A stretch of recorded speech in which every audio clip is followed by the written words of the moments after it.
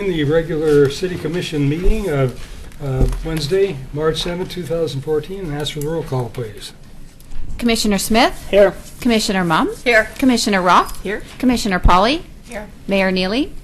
Here. Thank you. We'll go ahead with the flag salute. Please join in.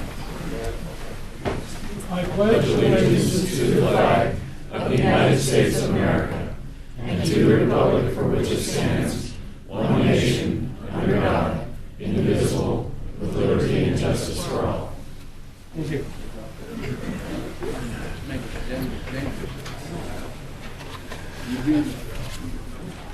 We'll be reading a proclamation to recognize National Police Week for this year and honor the service and sacrifices of those in the law enforcement community that have been killed in the line of duty while protecting our communities and safeguarding our democracy.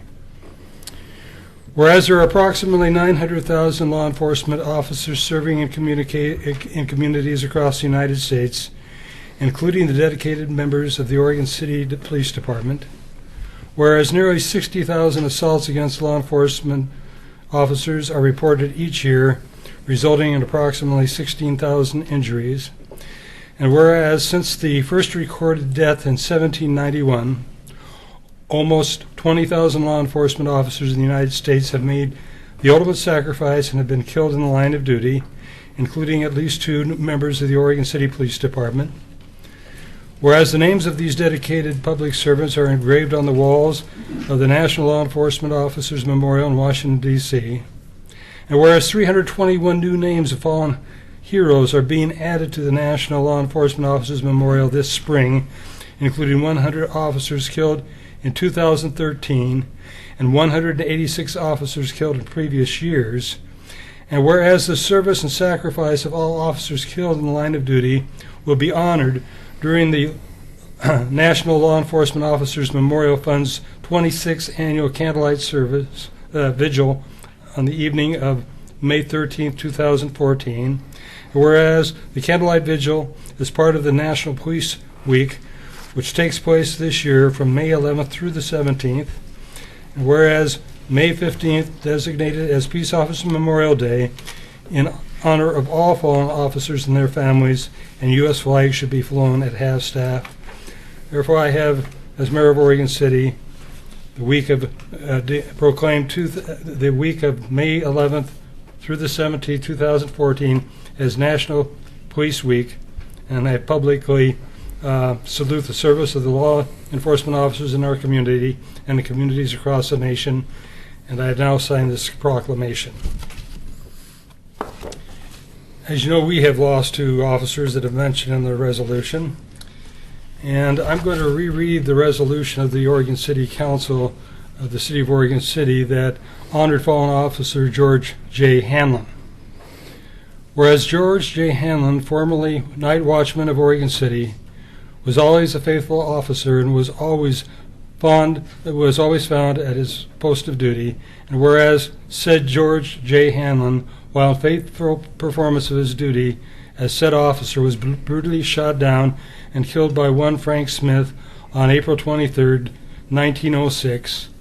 Now therefore be it resolved by the Council of Oregon City in regular session assembled that they hereby express their appreciation of the faithful performance of the duty by said Officer J. Hanlon during his official career, and said council and each of its members therefore hereby extends to the widow and family of the deceased their sincerest sympathies, and be it further resolved that a copy of this resolution be spread upon the official records of Oregon City, and that another copy thereof be published in the city papers, and that an additional copy be furnished the widow and the family of George J. Hanlon, approved and adopted at regular meeting of the City Council held on the 2nd day of May 1906. And the members that were of that commission were at that particular signing, and we're reading it on the 7th day of May 2014.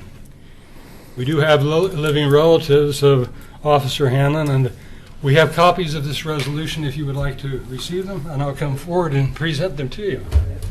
And you can take a moment to introduce yourselves and say something if you wish. Just one of you, okay. I'm Larry Hanlon, and George was my great uncle, and we have 11 other police officers in our family that carry on the legacy. I just want you to know how much I respect our police department, our city council, and all of you folks. There's not much I can say about him because I had never met the man. But again, it's very nice for y'all to come out, and I appreciate it very much. Thank you. I'll be copies here, Larry, of the resolution for you and for whoever you wish to give to it. I'm going to let our police chief. Oh, thank you, sir. I'm going to let our police chief, Jim Hand, say a few words about his death. Okay, I'm going to sit back down because that's where my notes are. I'm going to read just a little bit about what happened because I did not know. I was back in D.C. for 3 months at the FBI Academy and got an opportunity. I went and saw Mr. Hanlon's name on the wall and had no idea really the story of what had happened. And in what I'm going to read is a couple paragraphs from a newspaper called the Oregon City Enterprise. And the front page headline of April 27th was Night Police Officer Hanlon Murdered.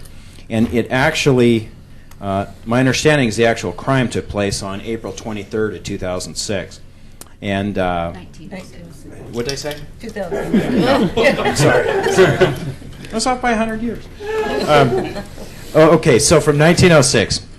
About 3 a.m. Tuesday morning, Frank Trambuth and other fishermen who were returning from the river discovered a burglar, and this turned out to be a man named Frank Smith who had escaped from the jail up in Portland in the act of ransacking the confectionery store of J.E. Wassam. They notified Officer Hanlon, but before the store was reached, the burglar had left the building going towards the depot yards. Pursuit was given, and the burglar was traced to Water Street. When Officer Hanlon and Frank Trambuth undertook the capture of the desperado going around the block, the two men met the burglar simultaneously approaching him. Officer Hanlon informed the burglar that he was under arrest. Immediately, the burglar opened fire with a .44 caliber revolver, and he struck Officer Hanlon twice, and he died a short time later. If you read, and it's a pretty fascinating story, but what happened for the next week essentially was a manhunt where this Frank Smith was seen between here and Woodburn and Canby and New Era, all around the area. At one point, there were up to 200 people who were trying to find this man. At one point, and this is from the Woodburn Independent, and this was on May 3rd of 1906, and in this they reference two other officers who were killed by the same man who were trying to apprehend him for the death of Officer Hanlon. Captain Odie Henderson, who was at the state militia. I don't know if that was a version of the state police.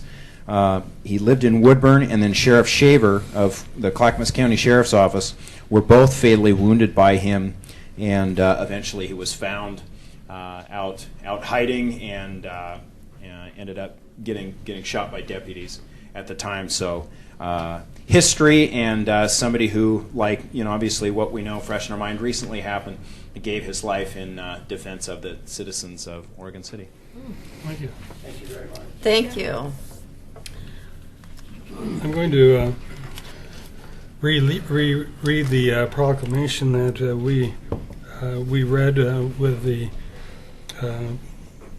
for Officer Lipke. Honoring the fallen Reserve Police Officer Robert Lipke of the City of Oregon City and extending support to Officer Robert Lipke's family as they heal from this terrible tragedy. Whereas the City of Oregon City, Oregon has suffered an unfathomable loss with the recent murder of Reserve Officer Robert Lipke on November 3rd, 2013, and whereas fallen Officer Lipke served the citizens of Oregon City as the most valuable public servant since 2009, And whereas Officer Lipke demonstrated his concern for the welfare and well-being of his community by his actions, both in his private life and by participation in numerous community activities and projects of both local and regional nature. And whereas Officer Lipke's service was given such devotion that he earned the respect, admiration, and friendship of citizens of our community throughout his professional leadership and dedication. And whereas the City of Oregon City is deeply indebted to Officer Lipke for his service to our community, and whereas law enforcement is an honorable, hardworking profession that diligently seeks to make our communities more livable and safe, and whereas there is no greater sacrifice an officer can make for his community than to give their life, and whereas the murder of a police officer shocks the very soul of a community, our government, and the very freedoms of officers have sworn to protect, and whereas the impact of this tragedy upon Officer Lipke's family, friends, department, and community is immeasurable, now therefore I, Doug Neely, Mayor of Oregon City, along with the City Commission and the citizens of Oregon City, extend our heartfelt condolences to the family of Robert Lipke. We mourn the loss of Oregon's valuable public servant and pray for the healing and hope in this time of need. And I've reread this proclamation on May 7, 2014. It was originally read on November 6, 2013. I'm going to ask Jim again to speak. There was a ceremony in Salem, I believe, yesterday, was it not? Yes. And do you want to talk about that a bit? Sure. At the police academy, there is a wall, and it honors everybody, every police officer who's killed in the line of duty for many years back. Officer Hanlon's name is on that wall. And every year there is a memorial service where they read all the names and talk most notably about any recent additions. And obviously Officer Lipke was the recent addition. The governor was there, and as were representatives from all over the state in law enforcement, the police academy, and a lot of family people from who are part of families, who are surviving families. It's the kind of difficult thing is we're around Wendy a lot still, and I think as a city and people start moving on, you get back in the swing of things, and you kind of want to get back to business. And as we've all done that, every time that I'm with Wendy, I'm reminded that the price that Rob paid for our community and for a grandmother and two grandchildren who are alive today because of Rob. Wendy is paying that price every single day, and she feels that loss as she's raising Ziva, who is an absolute angel through the ceremony. So Wendy is doing really well. She's very strong. And as difficult as it is, we're with her a lot. We're very supportive of her. The city's very supportive of her. We're going to go with her back to D.C. To honor Rob, whose name is being put on the national wall. And there's a couple different things that the mayor already referenced that's happening there. And then in a couple weeks, we're going to report back on that. And Wendy is actually going to be here. And so it'd be kind of nice to see her. And I also the one thing I've got some pins. If you ever see the fallen officer plates, there's a license plate that you can choose, and they use that money to do things. They're paying for some of what it's costing to send us back to DC. They do things for families. They pay for the memorial wall.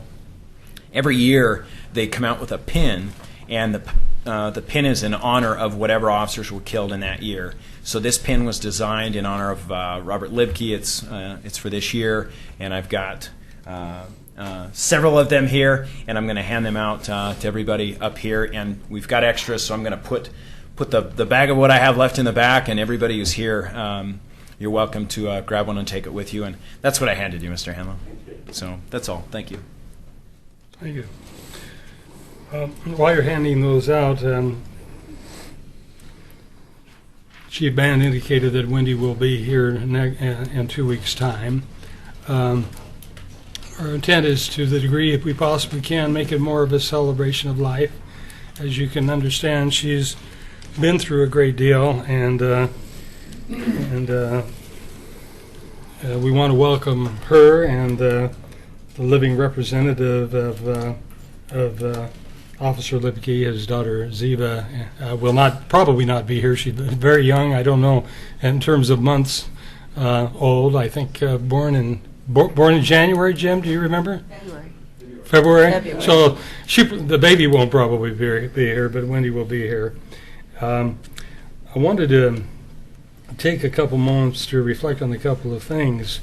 I think we all remember back in February 6th in Clackamas County,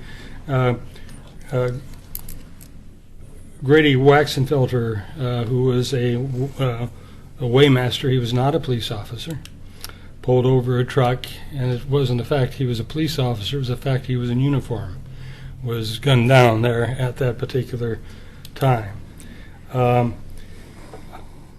The Clackamas County Police Officers Benevolent Foundation has set up, like they have for Officer Lipke, a fund also for Grady Waxenfelter, and it's with Clackamas County. It's with the Clackamas Federal Credit Union, and anybody that wants to make the donation either to the Grady Waxenfelter Fund or the Robert Lipke Fund can do so. Can mail the check directly to the credit union, or take it into the credit union. If you just put in the memo piece in the check that you're sending in, which fund you want it dedicated to. But like I said, the very fact a person wears a uniform puts them at tremendous risk. It's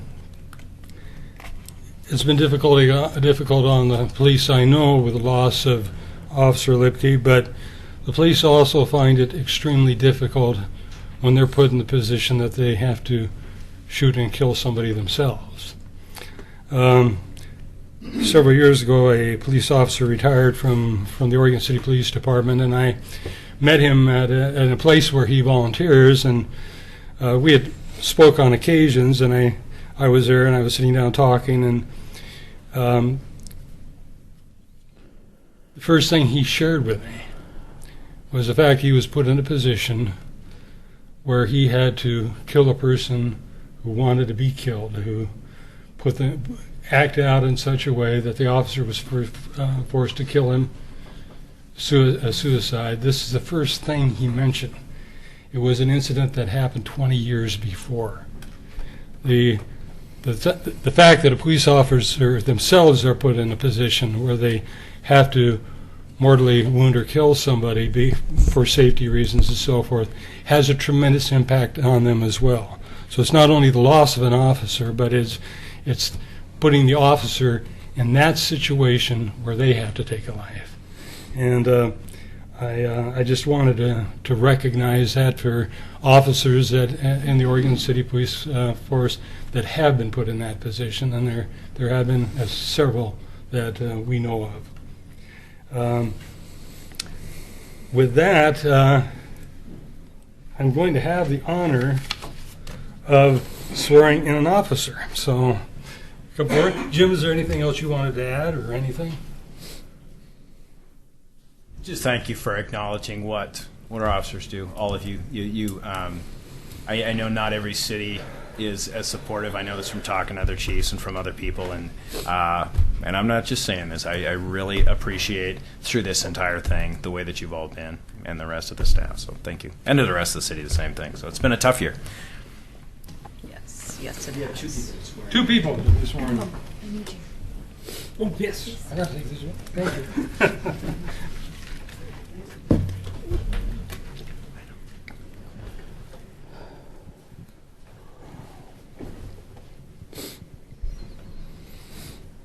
Start with the big guy, or do both at the same time?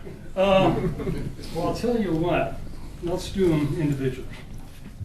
And there's a big. You're the big guy. You're.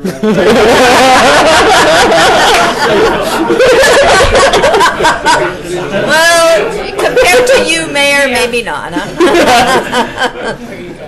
His name is Sir. His name is Sir, and I'm sure his weight is distributed differently than mine. The one thing I seem to always forget to do is ask the officer to raise their right hand.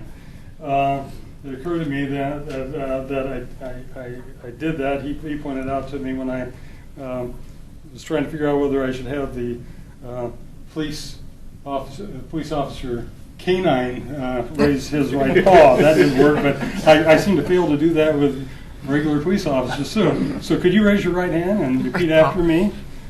I, and your name, I, John Fetzer, do solemnly swear that I will uphold the law do solemnly swear that I will uphold the law and support the Constitution of the United States and the state of Oregon. and support the Constitution of the United States and of Oregon. I will abide by the Law Enforcement Code of Ethics I will abide by the Law Enforcement Code of Ethics and the Department's rules and regulations and Department's rules and regulations while faithfully performing my duties as Sergeant for Oregon City. while solemnly I'll do that one more time. While faithfully performing my my duties as Sergeant. duties as officer. What do I do here? We'll work on this. Trying to promote it. We'll get this worked out. Officer for Oregon City, Oregon. An officer for Oregon City, Oregon. Okay. I think I got the wrong one here, but I'll be sure to read that one over again. And congratulations. Thank you so much.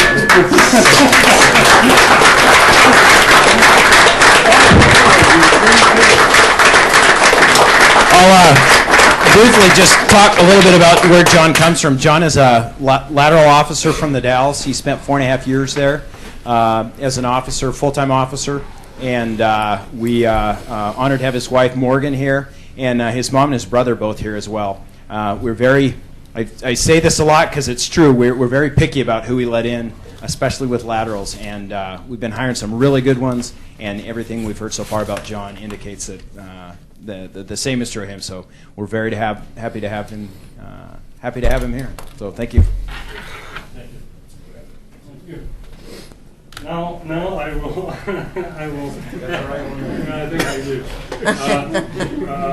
I'll now ask Brad Edwards to step forward, and I will reread the oath of office. So I just try to get to him. But you're already an officer, and so if you would, I, Brad Edwards, do solemnly swear. Excuse me. Do solemnly swear that I will uphold the law. Do solemnly swear that I will uphold the law And support the Constitution of the United States and the state of Oregon. and support the Constitution of the United States and the state of Oregon. I will abide by the Law Enforcement Code of Ethics I will abide by the Law Enforcement Code of Ethics and Department's rules and regulations and Department's rules and regulations while faithfully performing my duties as Sergeant for Oregon City, Oregon. while faithfully performing my duties as Sergeant for Oregon City Police. And Thank you very much, Oregon, and thank you very much, and congratulations.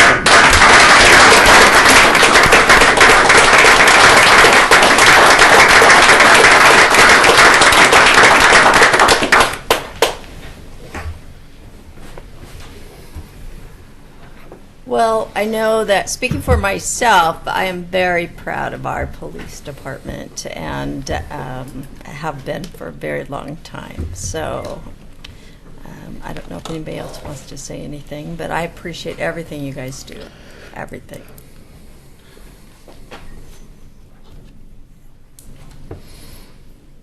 We feel that we are understaffed in the police department, that our police department has taken actions to make sure that we're more than covered during critical periods of time. And our police officers do a tremendous job. We have overlapping shifts, so during the most critical times that we have the need of the police officers, we have twice as many as we would have in other shifts. So the department has been very flexible in trying to meet our needs. Things come up all of the time. Several times I have to forward emails that I receive that will go to the police chief as well as the city manager, and I always get a response. They check into the issues, the complaints that have been filed, and to see whether there's merit on them, and then if there's merit in them, then they go ahead and proceed to deal with it. They do a tremendous job. we've been very blessed by Chief Band and also blessed by the former police chief that came in before you, and the great work is continuing in this department. It's a very supportive group of each other, and as Police Chief Band indicated, we are highly supportive of the work you all do. So thank you very much, and I'm glad that you could come, and I know the citizens, well, most of the citizens also are very, very happy with the services that you've performed. Well, and I'd like to add to that too. A lot of our citizens have gotten to know you more because you've taken the extra step to providing the outreach at the neighborhood associations in the form of a police liaison for each neighborhood association. So that's helped with our goal of facilitating citizen participation, and just so that citizens get to know our officers and work together in partnerships for our city. So I just want to congratulate all of you. Very proud. I would also like to thank the police department as well as some of the other departments, because last weekend was the Oregon City Teddy Bear Parade and the Pioneer Family Festival, and I saw a lot of you down there either driving cars in the parade or blocking off streets or being security overnight or even during the day. And I just appreciate all of the help from the police department in regards to the Teddy Bear Parade, but also Public Works, who I already thanked, John, and his department, who did an amazing job helping with closing streets and helping down at the park as well, as also the Parks Department did. So I want to thank all of you for that. Appreciate it. Thank you very much. Yes, go ahead.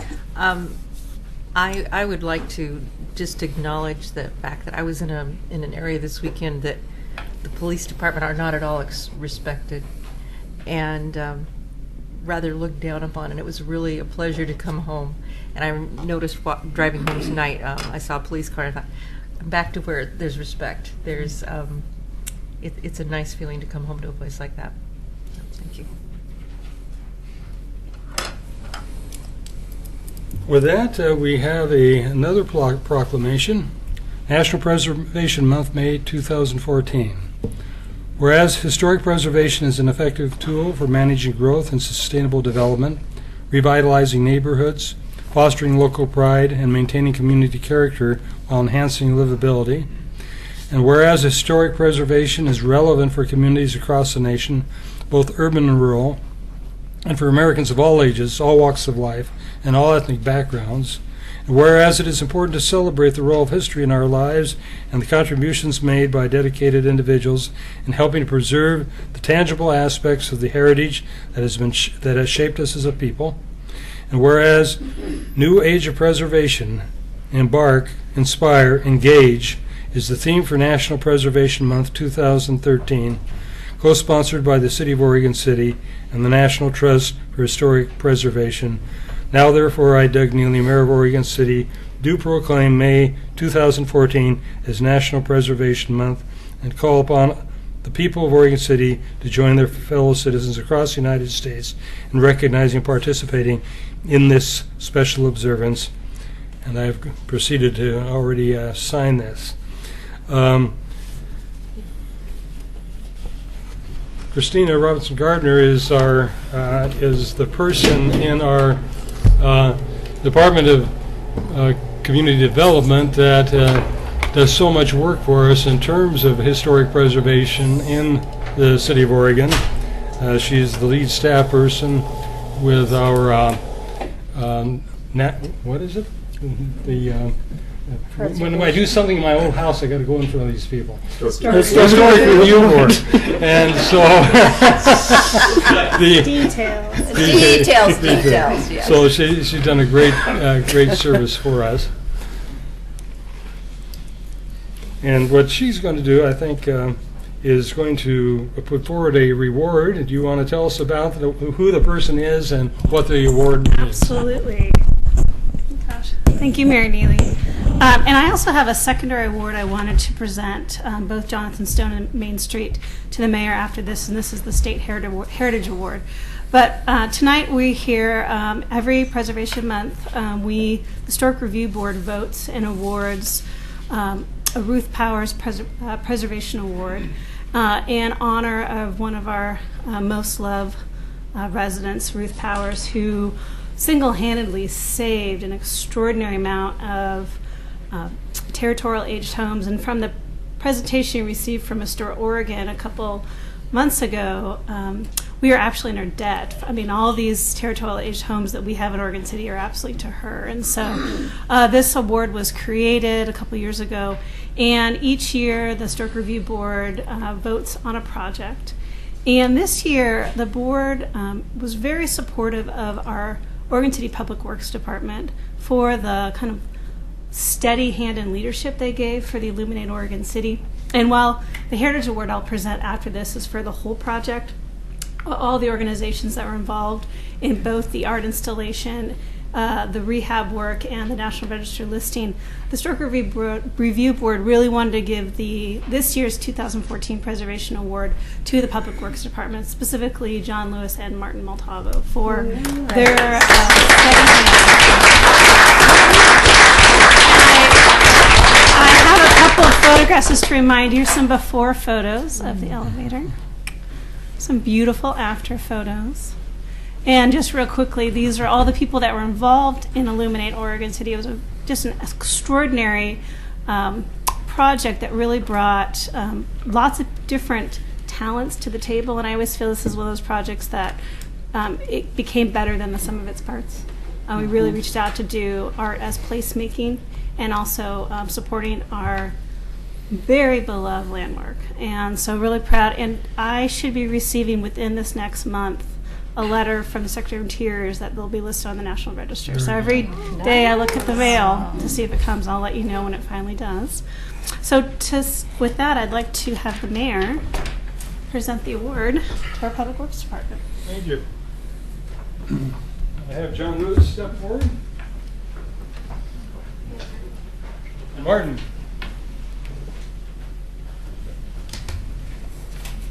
This is our Public Works Director, and then our Operations Manager. Is that the name? Right, yes. Martin Montalvo. Martin Montalvo.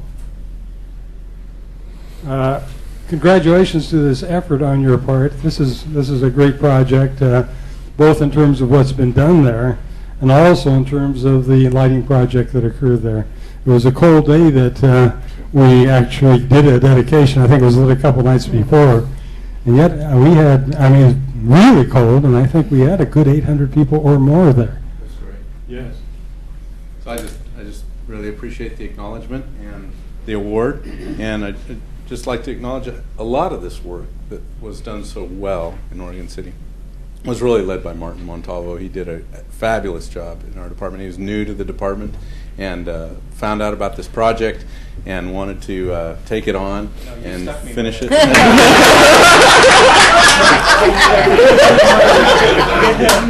Let's get the story straight here, boys. I love it. He wanted the project. and he really wanted to work with Union Pacific to make sure we got it done. Getting into the weeds. Is it as difficult to work with Union Pacific as it is to work with ODOT? No comment. Thank you. And you know, I just want to make a couple of comments. Nancy Cushar hired John to take the position that you now have, and it took to be an excellent choice. When Nancy left us to take another job, John went ahead and took the Public Works Director's position.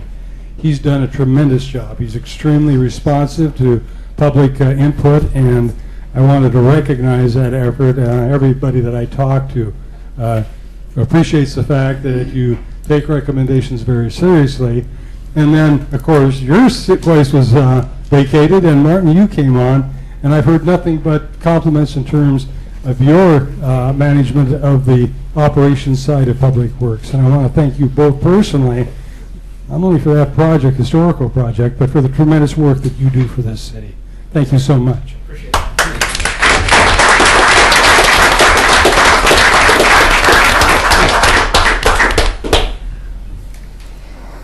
it. You gonna want my presence here again? No, we're good. Okay, I can join with you. Can I just make one comment?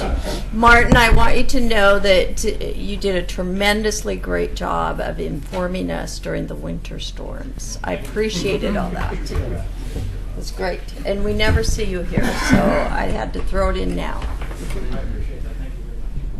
Yeah, Mayor Neely, we also have a second award for Illuminate Oregon City I'd like to present tonight in conjunction with Jonathan Stone with Main Street Oregon City and Cheryl Stone with Clackamas County Arts Alliance, who's not here, but together we all won an Oregon Heritage Award for Illuminate Oregon City. And that was presented at the Heritage Awards 2 weeks ago in Albany, and so Jonathan and I were there on the stage accepting the award on behalf of the group. And we'd like to present the award formally to Mayor Neely in Oregon City so it can be housed in Oregon City. What I think I heard from the Heritage Committee that they really respected and were enthusiastic was not only just the absolute collaborative effort we had, but that Tiffany Carbonneau, the artist, was training artists to use that video mapping technology and art so we can have this in other venues, and she's cultivating new artists in this area. So for the Heritage Award, that was like a key piece that they really appreciated. So I wanted to pass that on, and I let Cheryl Snow at Clackamas County Arts Alliance know.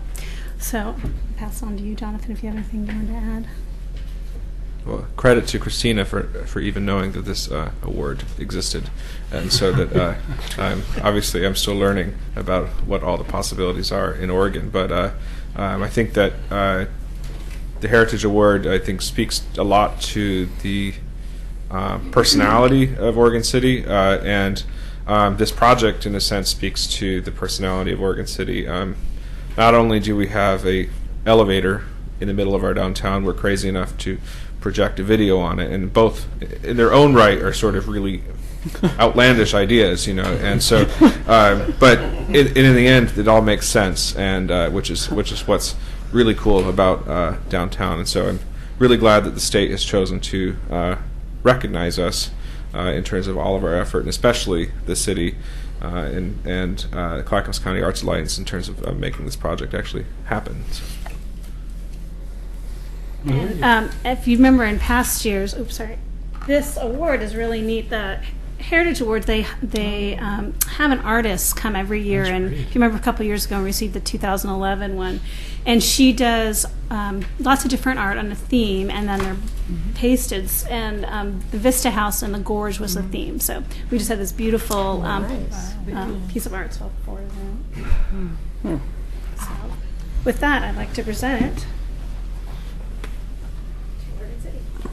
Well, thank you. I could have done this by myself. This is really a great piece because I think it represents maybe the Vista House. That's what's being portrayed here.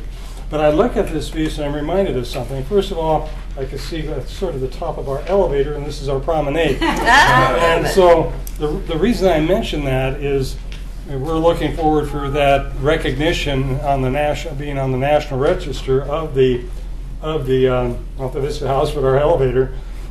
But also our promenade is on that list. Absolutely. And also the Carnegie building is on that list. And so I guess we're going to hear about them all shortly. All at the same time. So. That's really great.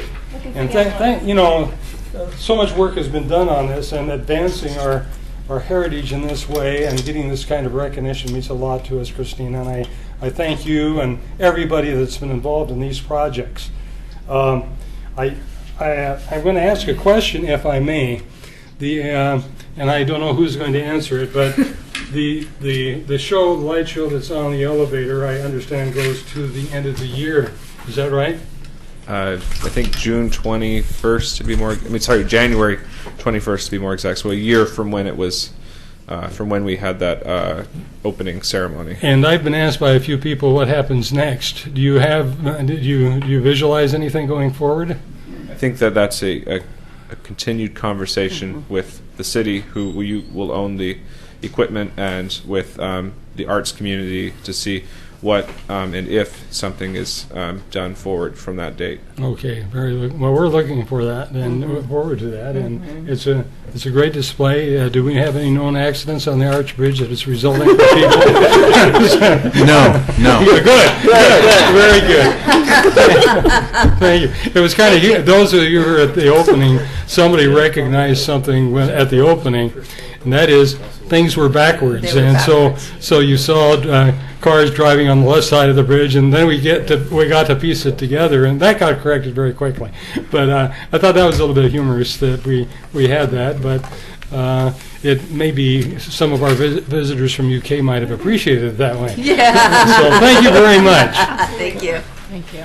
Yes, sir. Come on. I'm going to have to bow out. My drugs are wearing off, and John and I are able off of Bible study, but I just want everyone in here to know how much I deeply respect you and how much this touches me.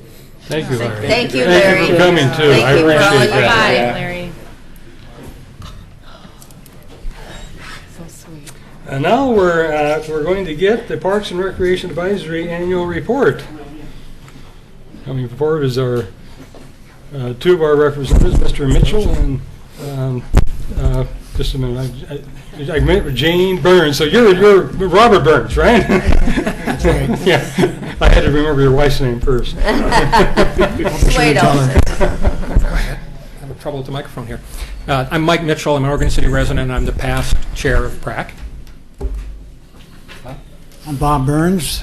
I've been with PRAC starting my third year and first year as chair for 2014.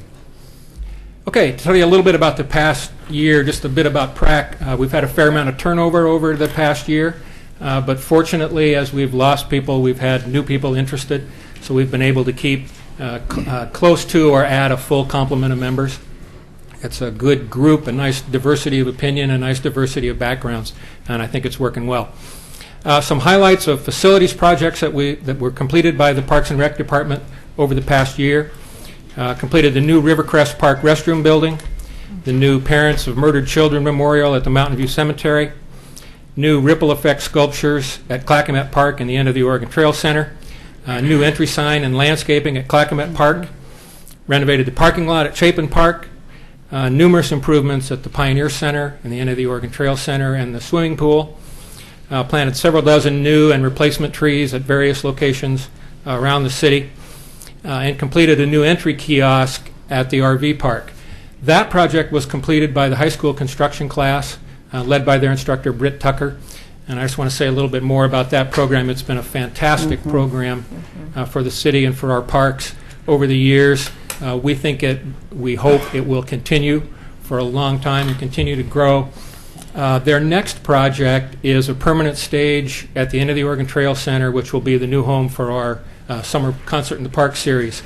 And the planning on that one has brought a little bit of a flaw to light that Scott Archer and our planning department and the high school are going to work on together to try to get our scheduling out further so that we're not losing valuable construction time during their school calendar waiting for permits, land use planning, and so forth. And what really brought it to light on this one was the fact that it's in a floodplain, so that added another step of complexity.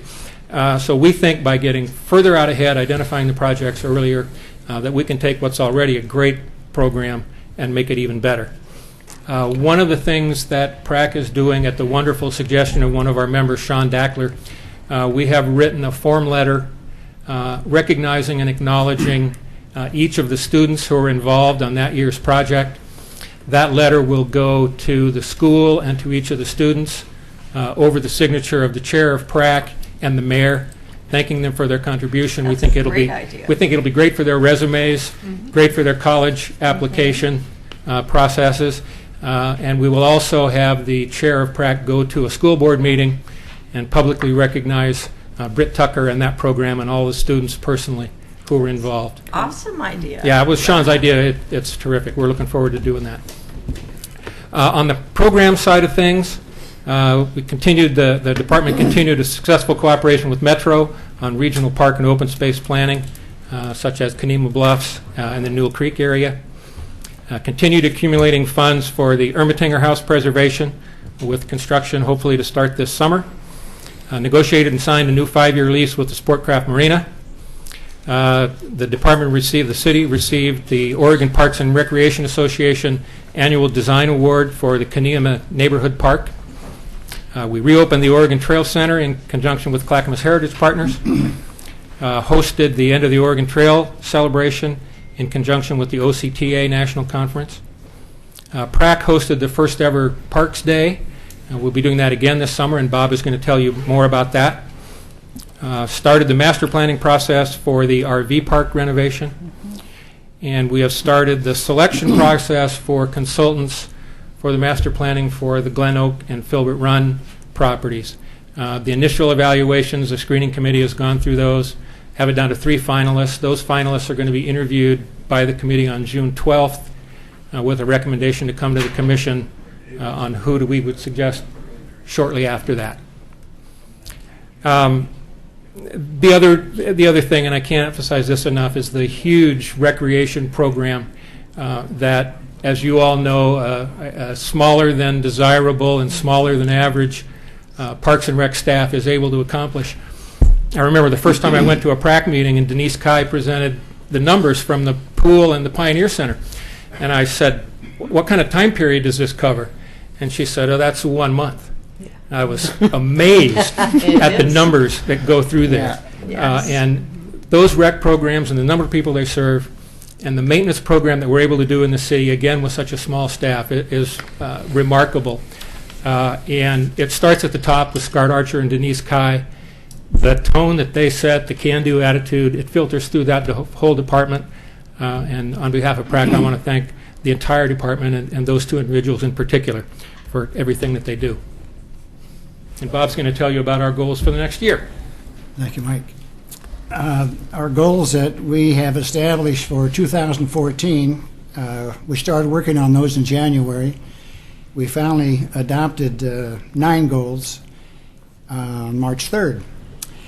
And I'll just read them quickly. Number 1, to identify funding for Phase 2 and complete development of Wesley Lynn Park. Number 2 is complete the master planning for the Clackamas RV Park and begin implementation. Number 3, complete master planning for the Glen Oak and Filbert Run properties. Number 4, to implement on a trial basis off-leash dog areas in city parks. And Mike's been working on that, and he'll have more information for you in a few minutes. Number 5, work with the city in the process for determining the ongoing use of the End of the Oregon Trail Interpretive Center. And of course, part of that will include the construction work by the high school. Number 6, work with the city on the Willamette Falls Legacy Project, a biggie. Number 7, host the 2nd annual City Parks event to be held in conjunction with one of the summer movie in the parks nights. And we have determined to have that on August 1st at Wesley Lynn Park. And the early plan is to start like 6 in the evening and then have 2 or 3 hours prior to the movie sets in. And we're working on that now. More information at our next meeting later this month. Goal number 8, champion open space discussions regarding the Newell Creek Canyon opportunities. It's really a biggie for all of us, as you well know. And number 9 is become informed of the goals and initiatives of the City Commission so that our goals can reflect those. And what I've done, and I'm not sure if you I think you have this information, but I listed off the goals you adopted for 2013, 2015, and then I tied our goals to the goals that you established just to try to show the relationship, how we're trying to work in concert with the city goals. Just a couple of final comments I'd like to make. All of these, we are fully aware, depend on finances. There are always more good ideas than we have money to fulfill. Our goals are both short-term and long-term. For example, a couple of the short-term goals, the End of the Oregon Trail Interpretive Center, we think a year or two that should be well underway. The off-leash dogs in the parks, that's a policy issue and could be done quickly and hopefully with success. Some will take many, many years to fulfill. The Willamette Falls Legacy Project, Newell Creek Canyon, they're going to be with us for longer than we'll be around, than they'll be around, I should say. Some involve Oregon City only, and with some we have partners. And so with partners, things are a little more complex and complicated. However, the Willamette Falls project and Newell Creek, we have partners there, and of course we'll have to have due consideration. In conclusion, our hopes are to see progress on all of these, and PRAC stands ready to support the city as appropriate to our mission. Thank you. Now, Mike will talk to you about our dogs in the parks.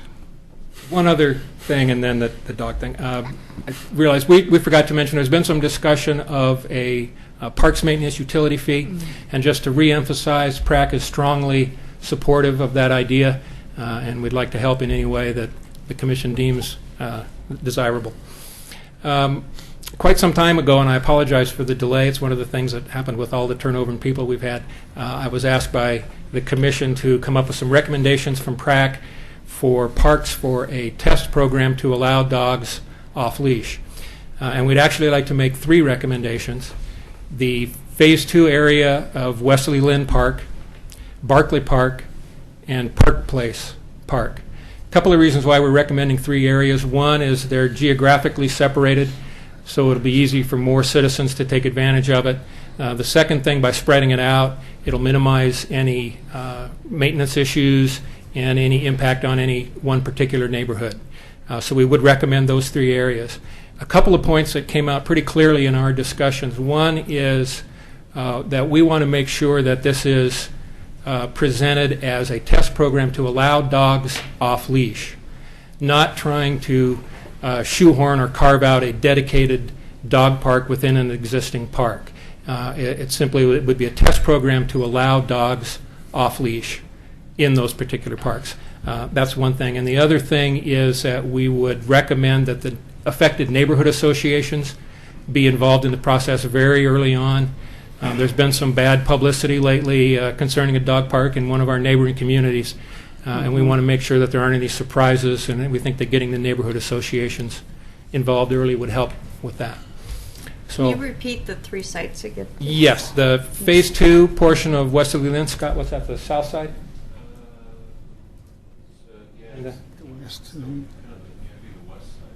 The undeveloped part of Wesley Lynn. Okay.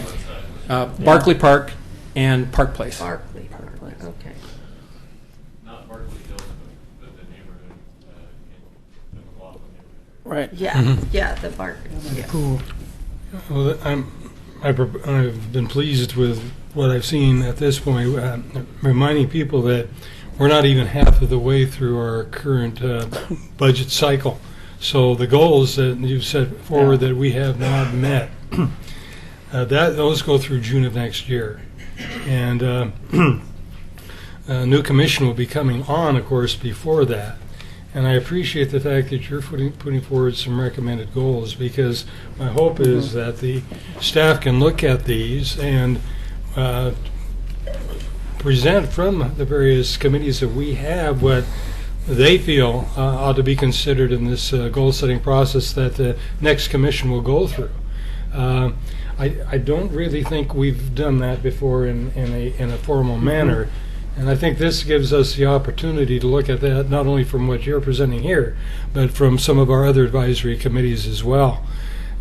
Obviously, we'll have budget limitations, but I think that'd be a great discussion point when the new commission comes forward next year and sets up their goal-setting sessions for the subsequent biannual budget period. So I appreciate this work you've done. Up until about a half a year ago, I lived across from Barclay Park, and the fact is, it's a dog park already. But the fact is, I could go out there and I'd see no manure left. I don't know if everybody picked up after the dogs, but somebody with a dog was picking up after the dogs. And I think there's, especially, I'm glad you're doing it within this diverse area, because then there's an ownership of the park in that area, and I think they'll be more respective of it in the process. So thank you very much for your effort. I'll be pleased later on to actually announce the appointments to the vacancies that you've had, and I think that'll fill every one of our boards, in fact, so that's great. Thank you so much. Thank you. I just want to say, too, I really appreciate all of your time and effort and the reports that you hear. Now I feel guilty because you have 9 goals and we only have 5. I think ours are maybe a little easier to chew off. Just on a personal note, I'm term limited off of PrAC at the end of this year, and I just want to thank you for having the opportunity to serve the city. Well, Yeah, we got the 2 commission seat opens in America positions. That's right. You can run from there. I don't have nearly that much patience. Thank you, guys. The only question, I don't think you have to answer this. What I have here is fine. Is that correct? As far as The appointments? yeah. Okay. Yeah, that's correct. And I just wanted to make a really quick comment because I don't get the chance to say this publicly, but I want to thank Mike and Bob, and also the other members of PrAC. It's a really good group, very good committee, as you can tell, and I think you're very aware of that and some of the other interactions that you've had. But I just want to thank the committee members. Mike has been on there for several years and has been in front of you a few times, and Bob is the new chair, but not just those two, but the rest of the committee has been, as the staff person who is the liaison to that committee, it's a privilege to work with them, and they do a great job. They did this on their own. I didn't, I just provided them some of the facts and figures, but this is their doing, so credit to them. That's great. I think that's what we want in terms of advisory Yes. committee. Somebody can work with staff, but Yeah. they can sit down and work out those priorities. And Yes. you've been great in being able to work with the citizenry in terms of getting the information, trying to push things together. Some of these processes turn out to be slow, like the Ermitinger House and so forth, but you have tremendous limited staff, and when I think about that limitation, I'm amazed we're able to do what we can, Scott, and It's I a really long list. appreciate your leadership on that. Yes, and I believe Oregon City has the best parks and Yes. the best green spaces, and it's because of committees like you and the staff and just the citizens really supporting all of our parks. Thank you. Well, thank you. And any more comments? With that, we'll proceed on with the rest of the agenda. I did want to say I had to think of Bob's wife's name first. When I first got involved in the city, it was on the library board, and Bob's wife was very involved in the board and was an instrumental person on the Friends of the Library too. And obviously, her husband takes on the same kind of responsibility and importance in terms of activities in the city. You've been involved in many more things, I know. And thank you both, Mike and Bob. You've done a great job. For that, we're going to go, I believe, into public hearings. Citizen comments. Oh, yes. Now I got to look over here. Yes, and we do have 2 people here. William Gifford and Brian Shaw. Would you please come forward? And in that order. Well, not come forward in that order, but speak in that order.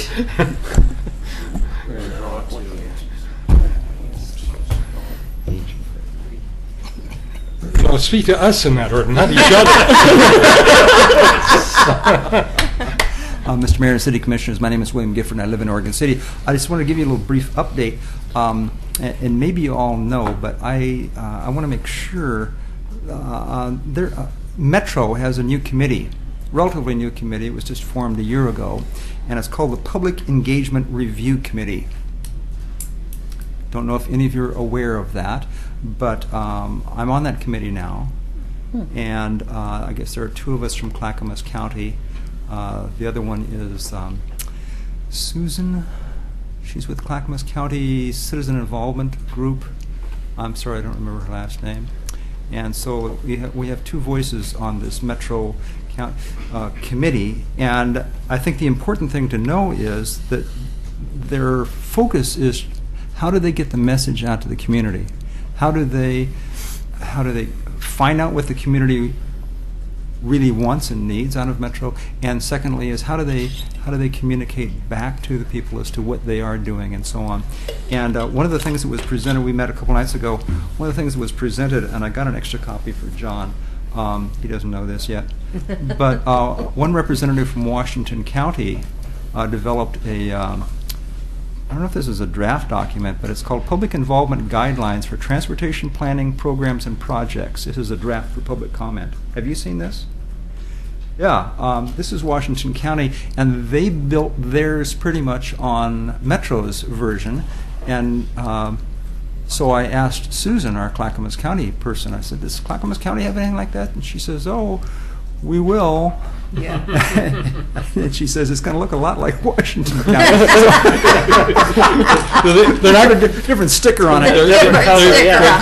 What she has to be sure is to tell them this is based on Washington counties. Don't tell the county that Washington County is based on Metro. So if you want to go forward, exactly. you So got to refer to another county. the other major product that this committee is working on, and I'm really excited to see this coming along, it's called their Public Engagement Guide. And this is sort of a handbook as to how to get communities involved. And there's lots of professionals on this board. I didn't realize that Metro had a whole communication department. The department is just based, I mean, it's all about communication. And so they are working on this communication guide with the help of this committee. And I will certainly want to keep this commission apprised as to what's going on in that committee and get copies of that public engagement guide to you, because I think the city could really benefit from some of the work that Metro is doing. Well, thank you. Thank you, William. Thank you. And congratulations for your appointment, too. Oh, thank you. Thanks for volunteering for another committee. Add it to the list. Tomorrow night, I also got appointed to the Clackamas Fire District Budget Committee, so we're having. Do you have time for business? Yeah, actually, it's doing very well. Thank you, William. Brian.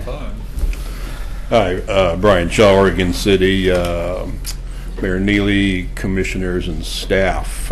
Speaking of parks, this past weekend, as Commissioner Smith was saying, the Pioneer Family Festival, sponsored by the Oregon City Optimist Club, happened this weekend, and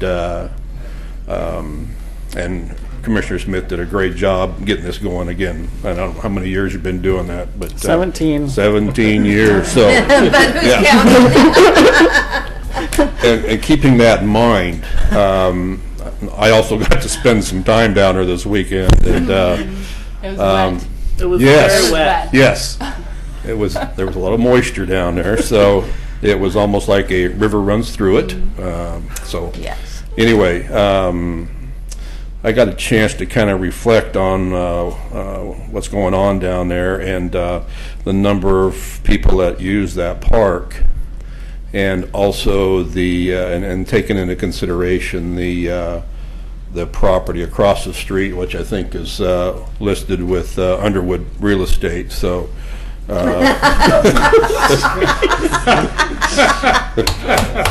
Moonlighting. Anyway, I know that this has been visited, and I'd like to see it revisited again about actually taking that off the market. And it's city property now, and I'd like to see it used in conjunction with Clackamas Park. We're spending a lot of time getting the city or getting the river back to the city, and I think if we let that property go, that's probably going to be detrimental to the use of that park. The city's growing, and we're going to see a lot more need for that park probably, and larger activities going on that we do need that park, so, or that space, which is currently for sale.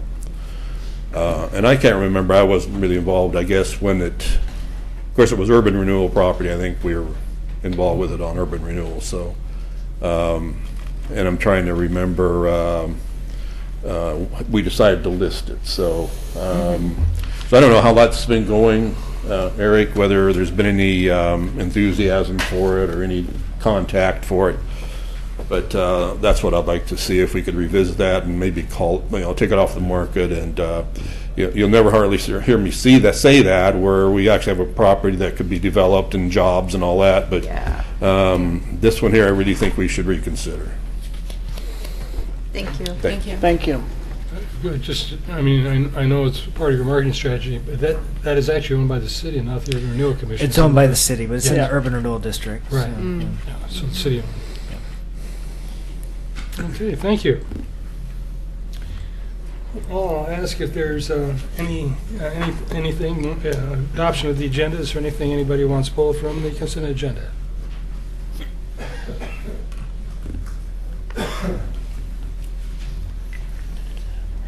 Okay, hearing none, we'll go ahead and proceed with the public hearings. The first item, I believe, is continuance from last time.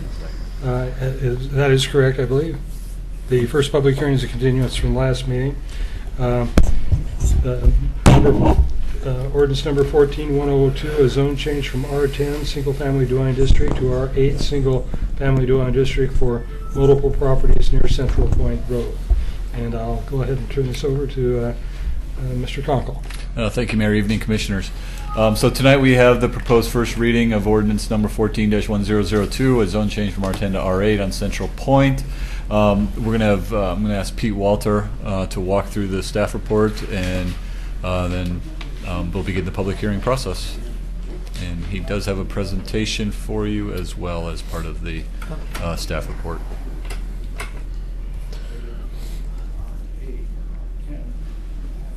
Oops, wrong. Yep.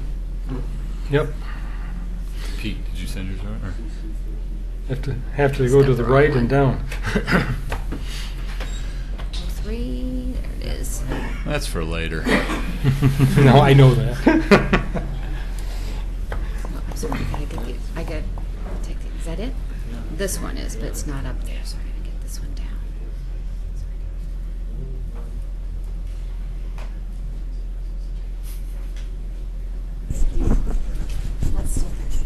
Same one.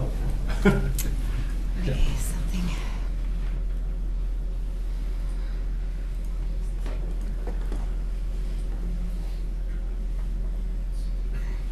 Bring it up.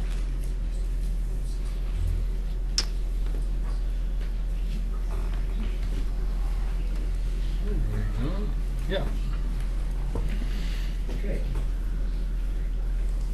Thanks, Nancy. Good evening, Commissioners. I'm Pete Walter, Associate Planner, and tonight I'm presenting to you the Staff Report Planning Commission recommendation for a zone change request at Central Point Road in White Lane. This is a request to change the zoning from R10 single-family residential district to R8 single-family residential district. So that means that the zoning would change from 10,000 square foot lot minimum lot size to an 8,000 square foot lot minimum lot size. Applicant is Venture Properties Incorporated. They are here tonight. And the owners are the Johnson Family Trust and the Tolstrup Trust. We're talking about 5 tax lots that are approximately totaling 18 acres. And this is a part of the city which, as you can see from the map here, is largely dominated in the abutting area by R10 zoning, with the exception of the property to the south on White Lane there, which is a planned unit development, Payson Farms HOA, that's zoned R8, and the parcel just to the northwest of there was zoned R8 in, I believe, 2008.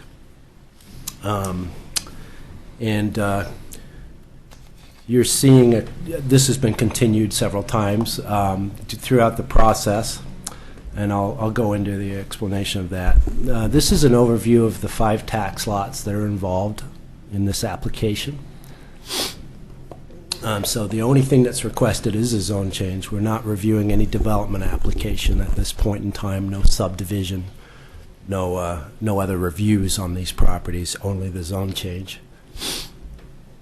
And this is an aerial photo of the properties, so you can see that part of the 2 tax lots to the north are the Christmas tree farms, and parcels to the south are largely vacant pasture land with some houses and outbuildings on them.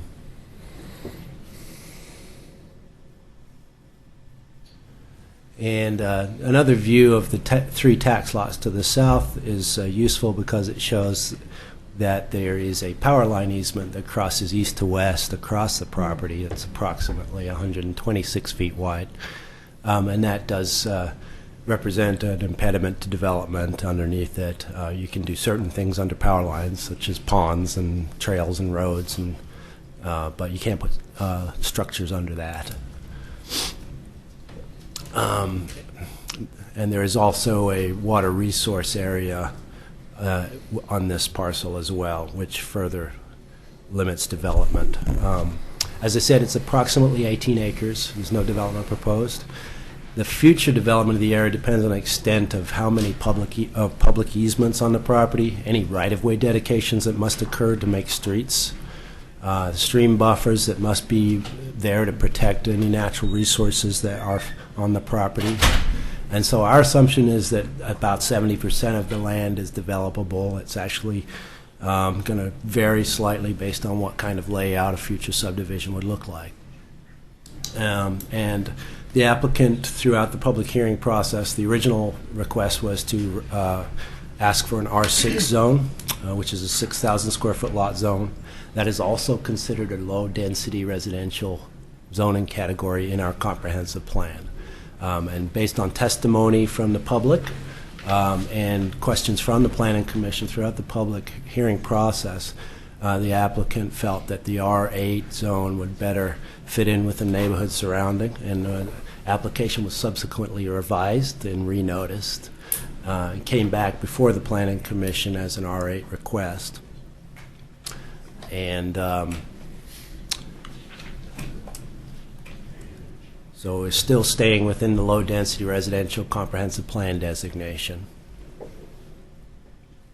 The approval criteria for a zone change are, we look at whether that land can accommodate the lot sizes and there's sufficient land to be developed under the future zoning there. We look at the zone change criteria in Chapter 1768, and we review it as a Type 4 application, which means it goes to the Planning Commission and City Commission. And the criteria for a zone change are, is it consistent with our comprehensive plan, all the goals and policies pertaining to that.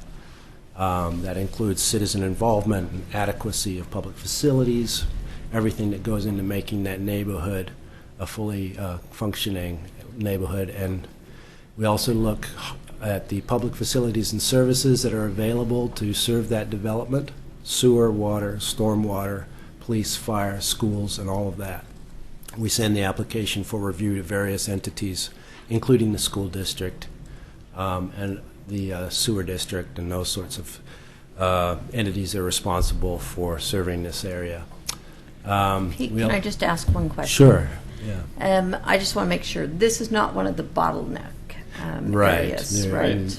We checked that, and we have a letter in the record from our city engineer that said this is not one of the areas subject to the bottleneck.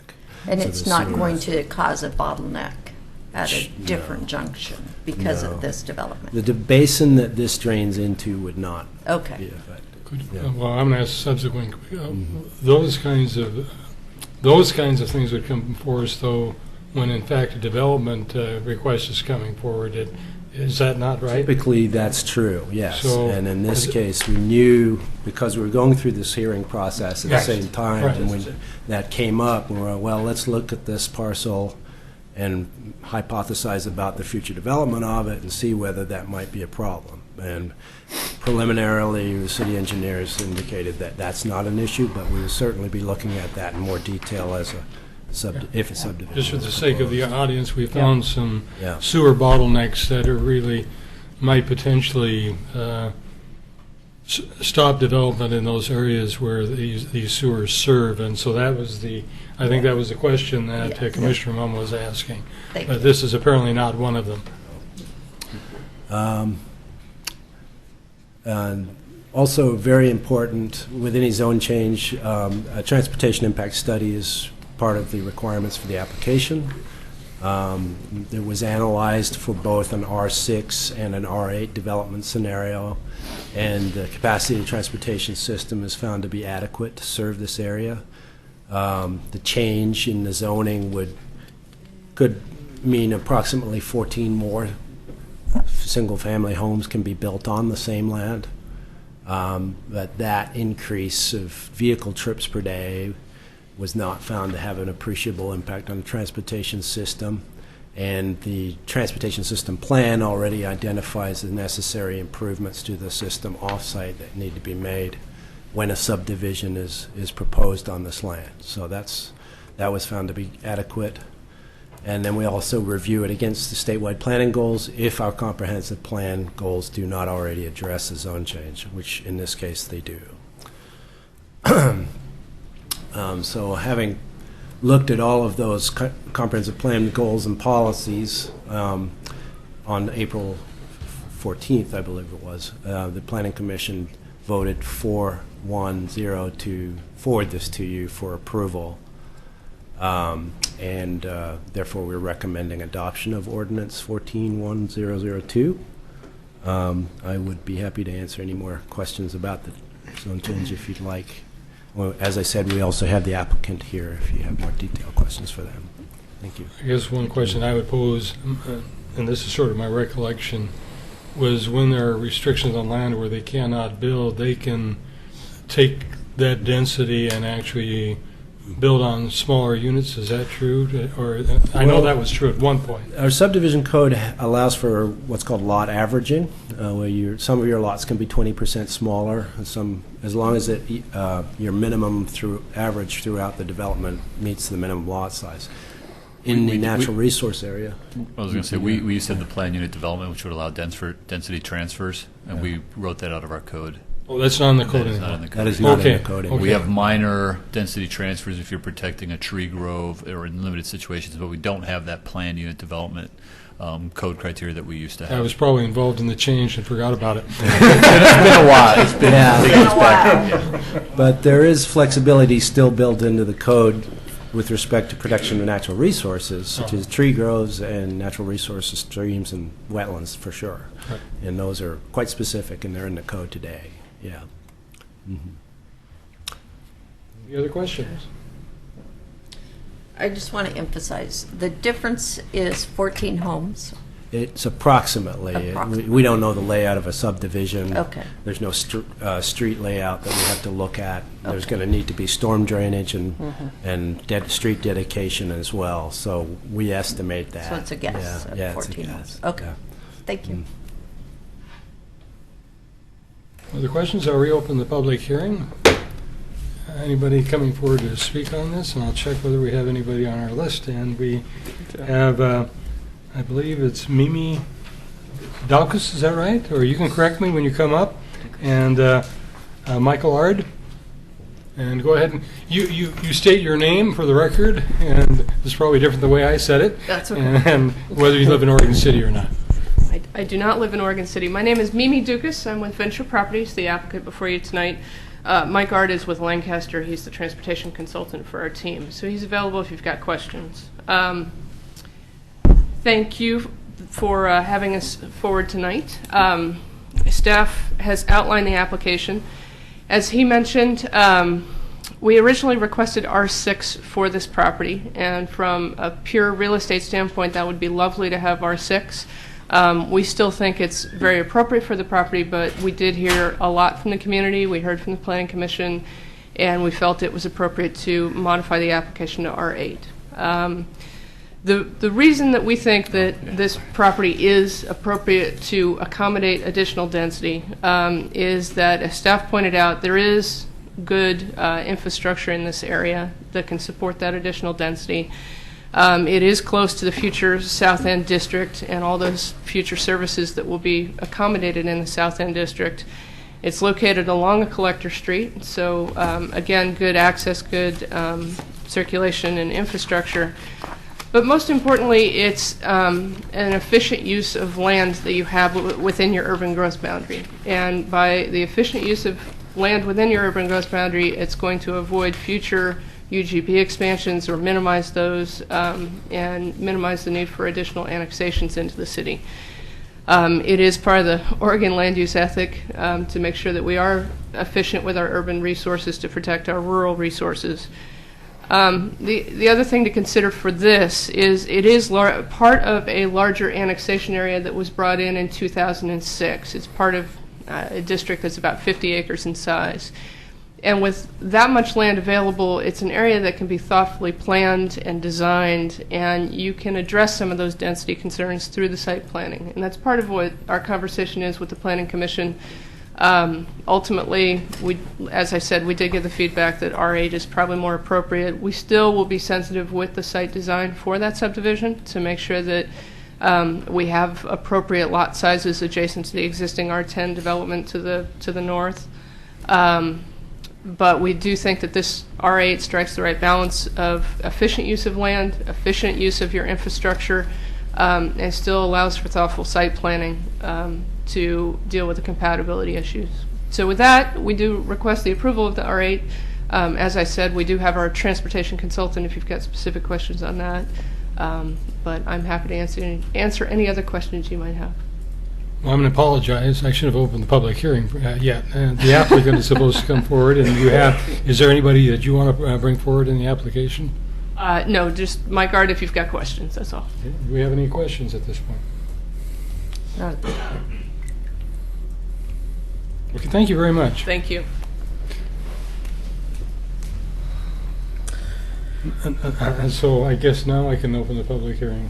We should have opposition. I heard gavel bang earlier. I think he did open it. You did. I know I did. So I shouldn't have done that yet because we should hear from the applicant. No, the applicant is part of the public hearing. Oh, is that right? Yeah. Okay, I was straining my eyes here. So the public hearing is still open. I haven't messed up, and our good city recorder made sure the applicant was on the top of the list. Thank you. Anyway. Yes, Michael Ard and David Rustin, you can both come forward at the same time if you wish. Michael Ard is a transportation consultant. Oh, so you don't need to speak. That's right. Him back there Yeah. in the yellow. Somebody might have you come and speak later. Though.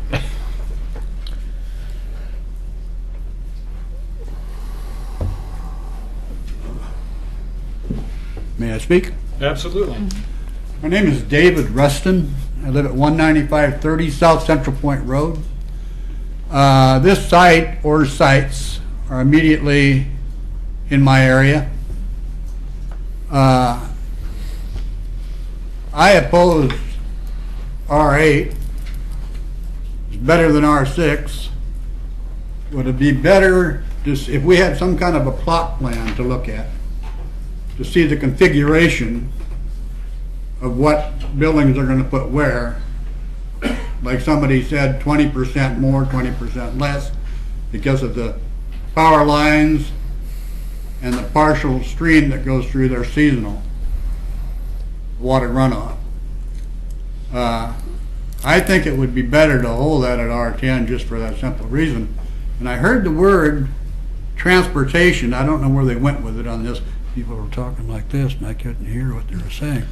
So anyway, as I said at the last meeting I was here, and I was talking to a different panel, but if it goes R8, it would be nice if you had some influence on public transportation up there. There isn't any. The nearest one is up there in Warner or Parish, or Warner Parrot. And also, what was the other one of that? The speed limit from Parish Road north. If they could drop that down to at least 35, if not 25, because there's an awful lot of traffic in there. My mailbox is central across the road. Corner is way down. I'm kind of crippled up, bad legs, bad hips. And sometimes I go to get my mail, I have to wait 2-3 minutes. Now it doesn't seem long, 2 or 3 minutes, but when you're waiting to get across the road, it's quite a while. So, but again, I'll reiterate, I would like it to hold it to R10 until we had some idea what's going to go in there, because they're going to have some in there close to R6, and maybe they'll have something a little bit more. But anyway, that's pretty much the way I feel about it, and I would like for you to consider that in all earnestness. Thank you. Thank you. I'm going to let Tony talk about the process that we do have to go through. Certainly. The applicant is requesting an application for a zone change. They're not proposing development at this time. There's no requirement under Oregon state law nor the Oregon Municipal Code that a subdivision request come in concurrently with the zone change request. So I understand the concern. And the reason there is that, certainly an applicant could choose to do that if they wanted to. But the zone change is really the most discretion that's involved in a land use decision. There's quite a bit of discretion in terms of policy interpretation and application in terms of changing a zoning of a property. Your subdivision code is codified. We have street distances, you have adopted lot sizes, you have adopted standards. So they are two separate processes if the property owner chooses to do that. The thing is, both of them are public processes. They are When public it comes to a subdivision, you'll be able to address the planning commission again on that. So just to, if it's just a subdivision, it'll just be staff, but there will be an opportunity for public involvement in that. Okay. Before zoning is Yeah, so I'll take that back. He said it would not come to the planning commission. It could be, a decision could be appealed to the city commission out of that process if there's an issue there. Generally for the individual it costs money. I believe a neighborhood association can make an appeal without paying the appellant fee. Correct. So if you were to find, for example, the neighborhood association had some problems with the subdivision, they could appeal that to the city commission. So that's the process that could occur. some of those substandards or the standards that I suggested, if they were met, it would be a lot easier to swallow. I understand that. The transportation, speed limit, and things like that, and an idea of what's going down. Yeah, I just recently moved out there, and I'm concerned about that speed limit that exists between Parrish and yeah. There will be substantial addition to the traffic things like that. May I be dismissed? Yes, thank you. Tony, the speed limit is set by ODOT? Yeah. John. The city doesn't have control over the speed limit. Well, but we can request another look at Central Point. Since I've been public works director, we haven't looked at the speed limit along Central Point. So I want to be cautious about that because I know Lynn Avenue experienced that. They didn't like the speed. They went to ODOT to the city and requested that, and ODOT actually increased the speed. Yeah. So be careful when you ask for a speed check. I just want to throw that out. The thing is that development is occurring there, and I think there might be a basis to pursue that. Sure. It is absolutely main arterial. It might make sense to do it, after the development's in place, because then you're actually going to see You're going to actually see the people. You're actually going to see the constraints and the street front parking and those kind of things. So those are the things. I'll let you come forward again if you want to. It's okay.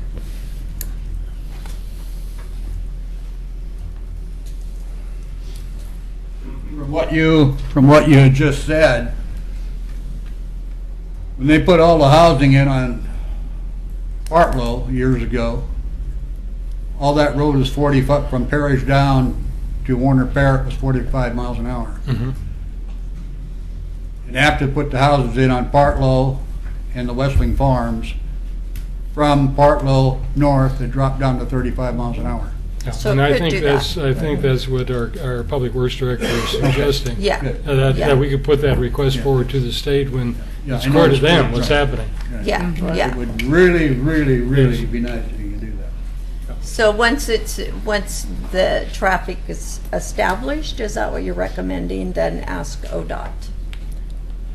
Right after we see some development Okay. up front Central Point Road in that stretch. So then John would ask ODOT to come in. And you're going to let us know when the next meeting is going to be on that subject? It'll be made available. Yeah. When an applicant comes in for a request for a subdivision of the property, The property will be, most likely, if it's just a straight subdivision, it'll be a staff level decision, but the property will be posted, and all properties within 300 feet will be noticed, as well as the neighborhood association requesting written comments. Thanks very much. Thank you. I think it's an important issue concerning the speed and how that impacts our community, and I think there's a remedy to address that. There's an avenue to address that, but I think that's a larger citywide issue, and I don't know that it's particularly on point to the approval criteria associated with a requested zone change. It is a larger city issue. I agree. It would be good I to agree. address that at some point. I think, didn't we talk about that last meeting? Wanting to address that as an agenda item at some point. I know there's a lot going on. No, so. it came up again on Lynn Avenue. That had been a while Certainly. since the city made a request to ODOT to revisit the area, which, yeah. Okay. Anything more from the public? Warren Carlson, would you come forward?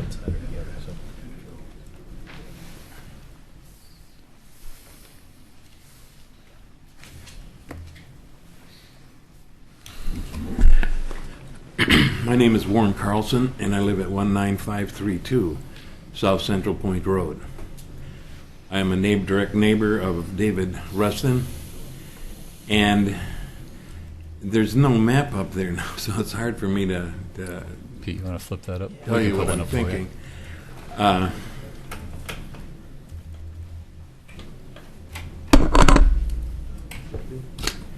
Yes, I think that should be just fine. Yeah, that should be just fine. Point with this thing. Oh, okay. Oh, all right, great, thank you. Let's see. This is my property right here. This is David's property. This road coming down here is my concern. And I don't know whether or not they are going to cut a road for me in from here. And let me start with another assumption is, a while back, when they put on McCord here, they were talking about they never wanted to make another jog in the road. They want to keep everything that they build now straight ahead. So consequently, I'm assuming that their Skillinger is going to come straight through.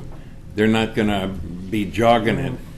And so that kind of boggles my mind as to what they're going to do with this strip here. If they put a road in here, and then are they going to have to cut a road for me from this road in, so I'm not landlocked? What are they going to do with that strip? And what is that strip? Is Is that an easement or I don't know. That's what I'm an asking. alley or? It's it is a road, but I have no idea what the legal term of that road is, or what it's going to stay, or will it constantly stay that way once the subdivision starts? And I don't know what they're going to do with it, or what it is right now. Well, I think no matter what, you have to be able to have access. So I think whatever the development is, you're going to have access to a road. Yeah. And Yeah. off your driveway. And I agree with that. But what are they going to do with it? Well, that's What are you going to do with it? It's city property. So what I'm wondering is, what are you going to do with it? I don't know if you want to answer that, but is that fact part of the city's property? I mean, is that- Our understanding is that it is right-of-way. City right-of-way? Mm-hmm. I'm not sure under whose jurisdiction it is, but it's right-of-way. Yeah. So when an application for development comes in, we will look at that, ensuring access to all property owners. Okay, because the reason I get kind of confused is this little block right here, this 1, 2, 3, 4, and then these two, we're county right in there. Yeah, that's why I wasn't sure whether that was city-owned or right-of-way. Yeah, and now is that still county, or is that, it was at one time, or is it city property now? Look at a different map real quick. Zoning map will show that county property a little better. Oh. Mm-hmm. Is that, what are you saying, is that county then? In gray. In the gray. Yeah. In the gray is county. In the gray is county. We don't know who has jurisdiction of that Okay. right-of-way stretch Right. right now. I guess I'm not sure what the question is. Well, I think, But you will have access Yeah, in and out I of your understand driveway. that, but I'm wondering if it is county or if it's city. That's all. Well- And I mean, who would I deal with on the road then? When the development occurs, you'll be dealing with the city, and we have to provide you access to your property. Okay, all right, what I'm saying is, if that is county, then it doesn't even affect the development. Yeah. I think we're speculating at this point, so. Okay. Yeah. I mean, All right. No, that's a great question. I understand what you're asking. Limbo, that's all. The development has to guarantee that all properties will have access. Right, and I understand that. I would just hope, David, I'm not sure he even believes me, but at one time there was a worker that came down and was working on some electrical stuff right in here. He had a map, and he showed it to me. That map showed Skillinger coming straight through here on a future development type thing. There was no jog in the road, which, you know, and that's why my questions came up, because I saw this map already laid out where that's where the road came through. And so that's what I was wondering. That's going to put a lot of room between where this road jogs and where this comes through. So. And that'll come in development. I mean. Yeah. We like to avoid jogs, but some places we just end up having them anyway. Oh, okay. Yeah. So I thought it was. you may have the jog anyhow. Okay. Yeah. All right. Thank you. Appreciate it. You bet. Any other public comments? Hearing none, I'll close the public If hearing. the applicant would like to rebut. Oh, yes, go ahead. I'm sorry. Rebuttal?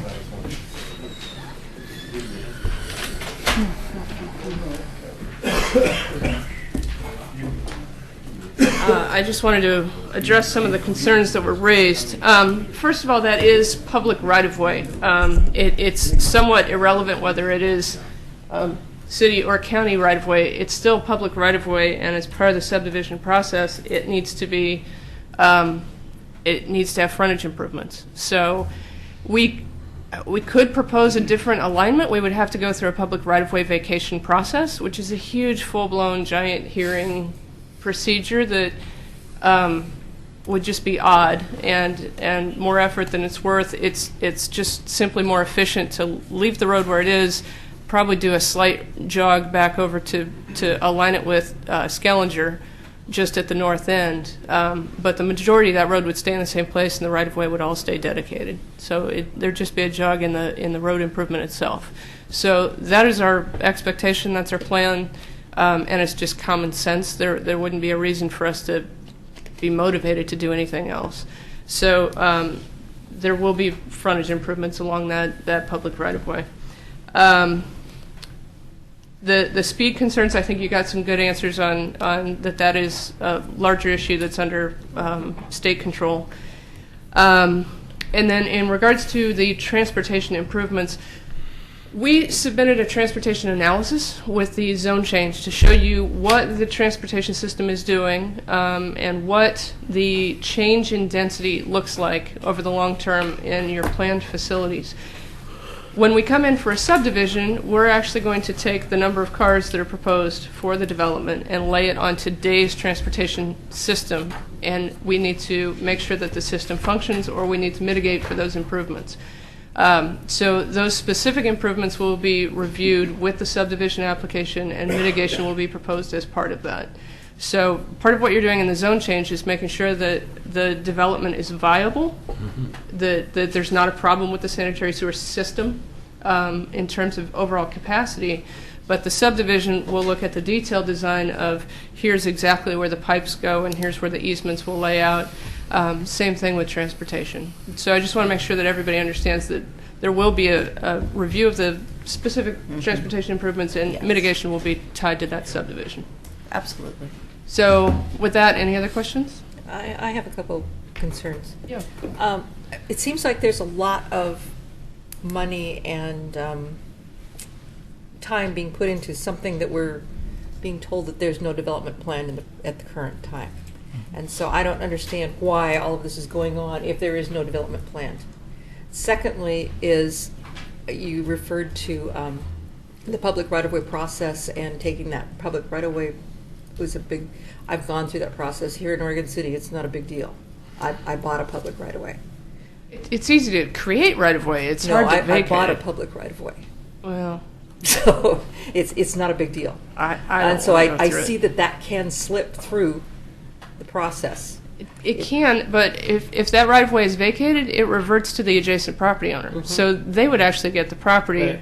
and we would still have to address access. Exactly. So the issue still has to be solved, and as I said, there's no motivation for us to change that alignment. It serves properties all the way to the south, so we would have to address access concerns around the whole region, not just for the two gentlemen who testified. Okay, So that's- does it come in from the other end too?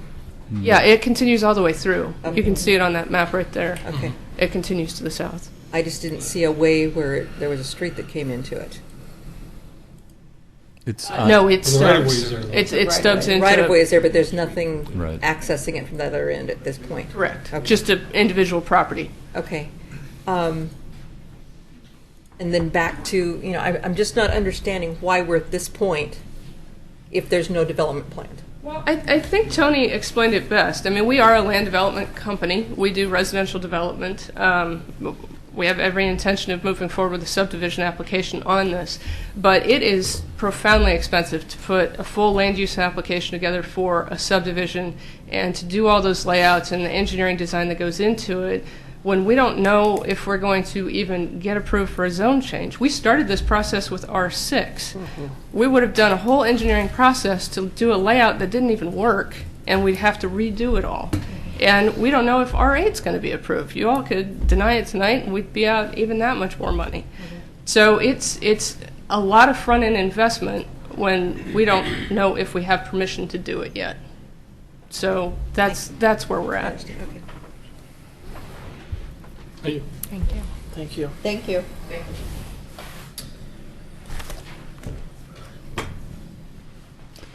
Can I ask one more question? Yeah, sure. That gray area that is county, those lots, Mr. Carlson, what are the size of those lots? They're half acres. Hold on, wait. Yours is a half an acre, yeah. so the others are acres, the other three? No, Can- David's and mine are half acres. They're split. How about, I'll try and answer Yeah, that. We're okay. going and talking from the seats, and let me try and we'll Oh. see if we can find this real quick for you. And give you acreages out there.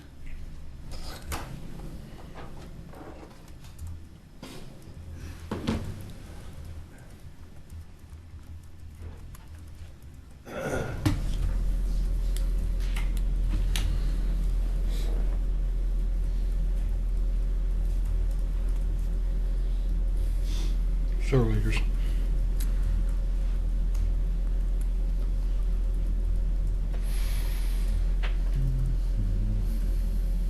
These are the ones that are before us. If there's a... Oh, I looked down there. So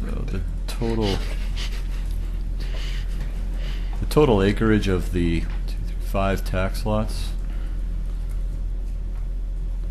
is 158,000 square feet. So Divided by... 43, 5, 60. So 4. Yeah. It's about 3.6 acres for those 5 lots. Those 5 lots, okay. And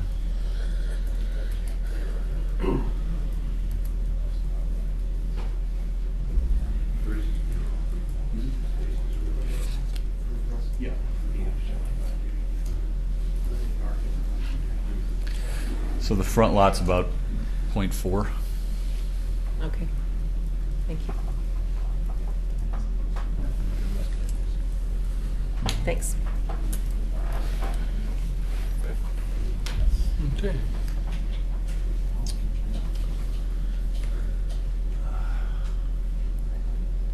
Do you need other ones or? No, that's fine. No, Thank that's you. fine.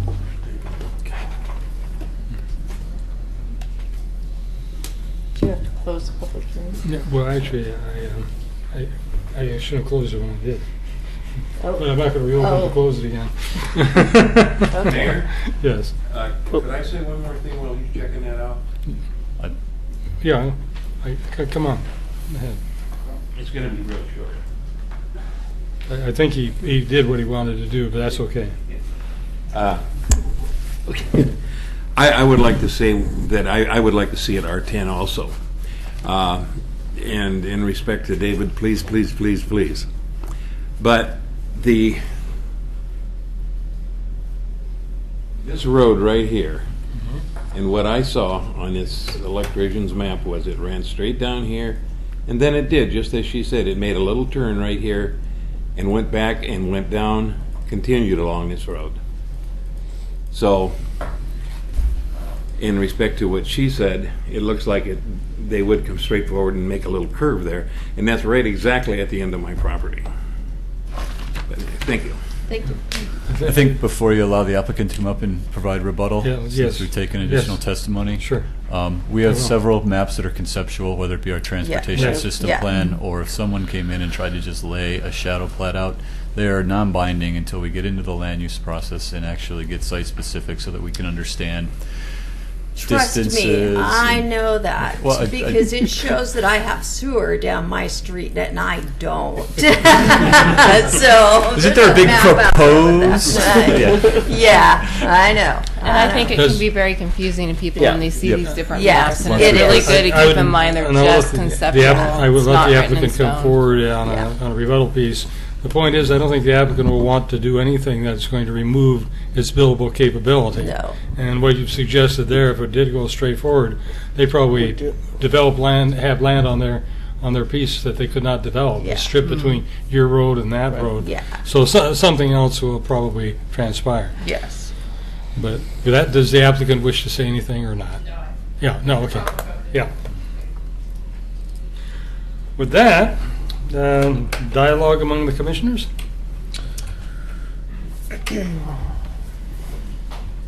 Well, it looks like Kathy's. No, I think this is what she was on already. Yeah, she's It's just she hasn't been removed yet. I would like to make a motion. Go ahead. 14-265 ordinance for introduction, number 14-1002, zone change from R10 single-family dwelling district to R8 single-family dwelling district for multiple properties near Central Point Road. Now, this is for a first reading? Or is this a case of a first reading? Yeah, this would be if I understood the motion correctly, it'd be to move forward with the first reading to approve Right. the zone Right. change. Yes. Right. First reading. Second.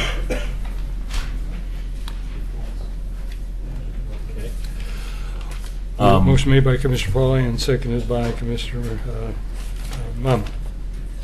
Unanimous vote. Okay, so let me do the first reading, which is ordinance number 14-1. But we can't, yeah, but we can't vote yet. Ordinance number 14-1002, an ordinance amending Title 17 zoning, Chapter 1706030 of the official zoning map of the Oregon City Municipal Code by changing the properties identified as Clackamas County Map 3-1E-12D, tax lots 1701, 1593, 1503, 1600, and Clackamas County Map 3-2E-07C, tax lot 1003, from R10 single-family dwelling district to R8 single-family dwelling district. The vote, please.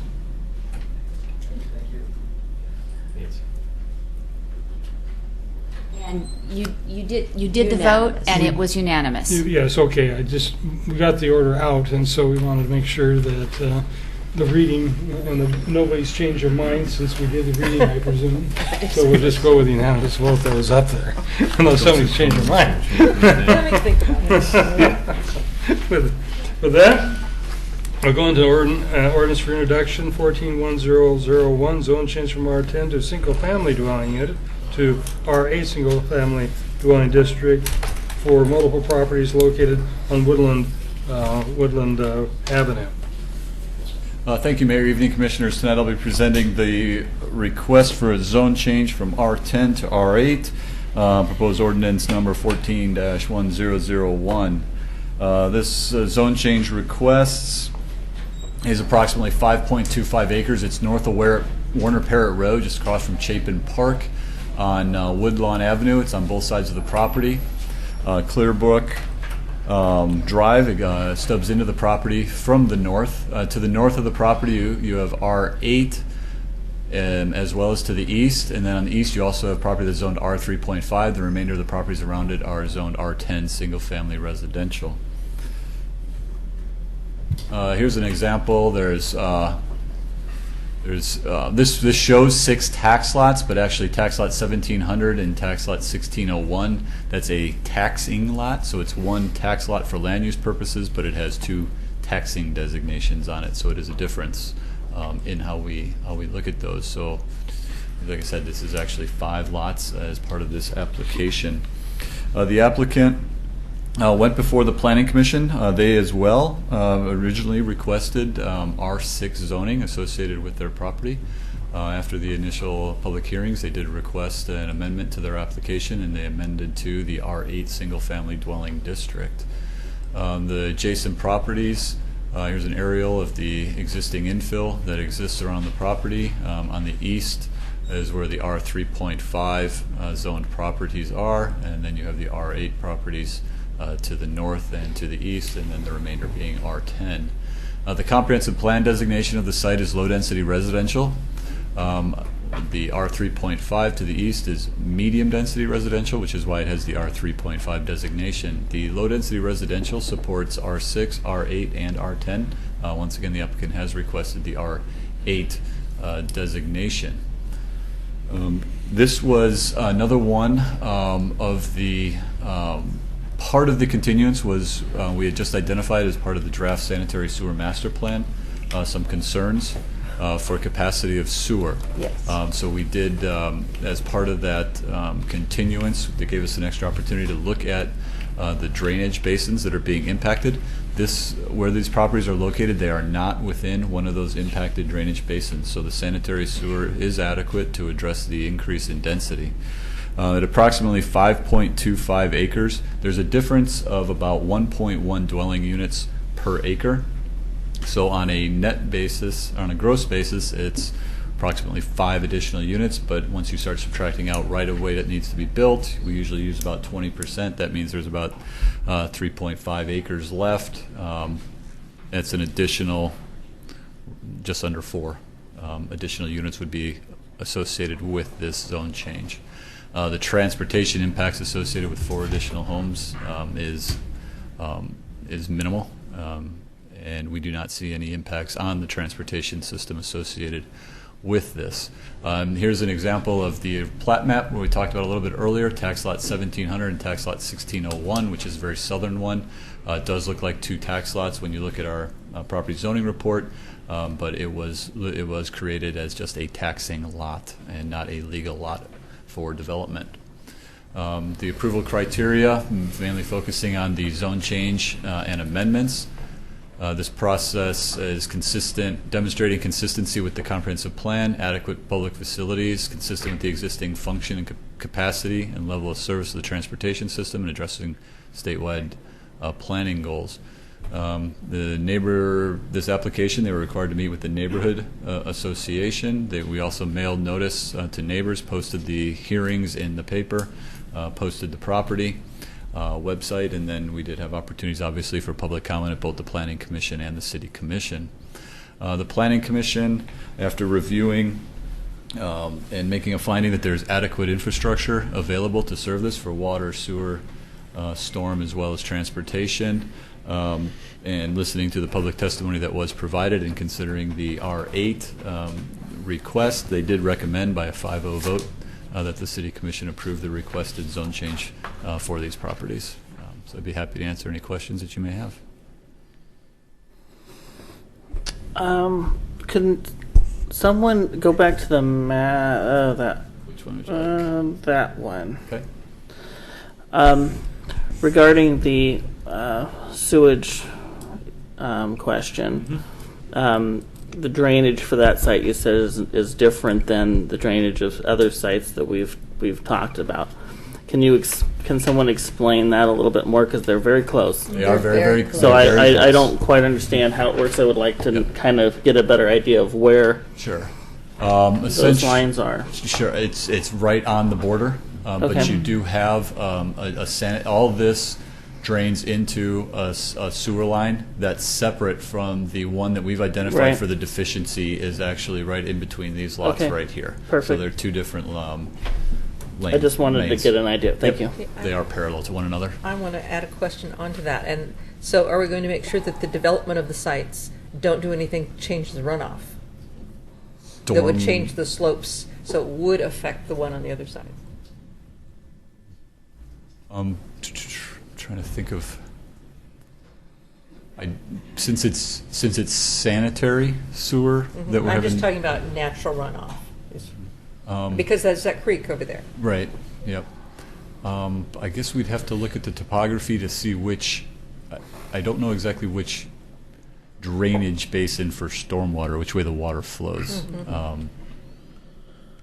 To be perfectly honest with you. Pretty familiar with those sites. I've got a couple friends that live there, Mhm. and the creek does run down through there. And from what I remember looking at those sites, they Here. tend toward the creek, and I wouldn't want any development to go on that would accentuate that. I think, in this case, you do have the subject site backing up to lots that then back up to a street that collects that storm. Is that it- street on the sewer hub that we're worried about? Hazelwood Drive? Yeah. Yes, but I'm not familiar with enough. If it's a sanitary. and the I'm looking stormwater up combined. OC map right now, Yeah. but again, we're talking sanitary sewer is Yeah. the Right, problem. right. And those are clearly going to go in two different directions, Yeah, or two right. different pipelines. Stormwater, there may be, I'm assuming this development would include some kind of a street extension of Clearbrook. And Clearbrook has storm drainage in it. I know that. I think most of it goes to the north and then ties into the creek, which would be Coffee Creek. So whether there's a connection somehow off the backside of Hazelwood Drive, I'll look up. But I think your concern is a good concern, but I don't see it contributing to our sewer problem. Okay. Okay. I guess it would contribute only if you had, I get them confused, but I think you talk about inflow into the other storm, into the one that's problematic, and whether that would occur, whether there'd be an increase in that due to the development. Yeah, we're likely to see less inflow just because we'll be piped in roofs and, we'll be going to a drainage system in this neighborhood than you would in an existing system. Thank you. Any additional questions? I think in the bottleneck area, you guys are always going to hear questions from us. Certainly, understandable. You should. Yeah, there's a 12-inch storm stub out of Clearbrook. So my sense is that there'd be a through road there, and there'd be a connection there, and it would. What did and you call still- that space where the pipe thing gets filled up? What did you call that space? Charge. Yeah, surcharge. That was it. Okay, thanks. The applicant wishes to speak. Look forward.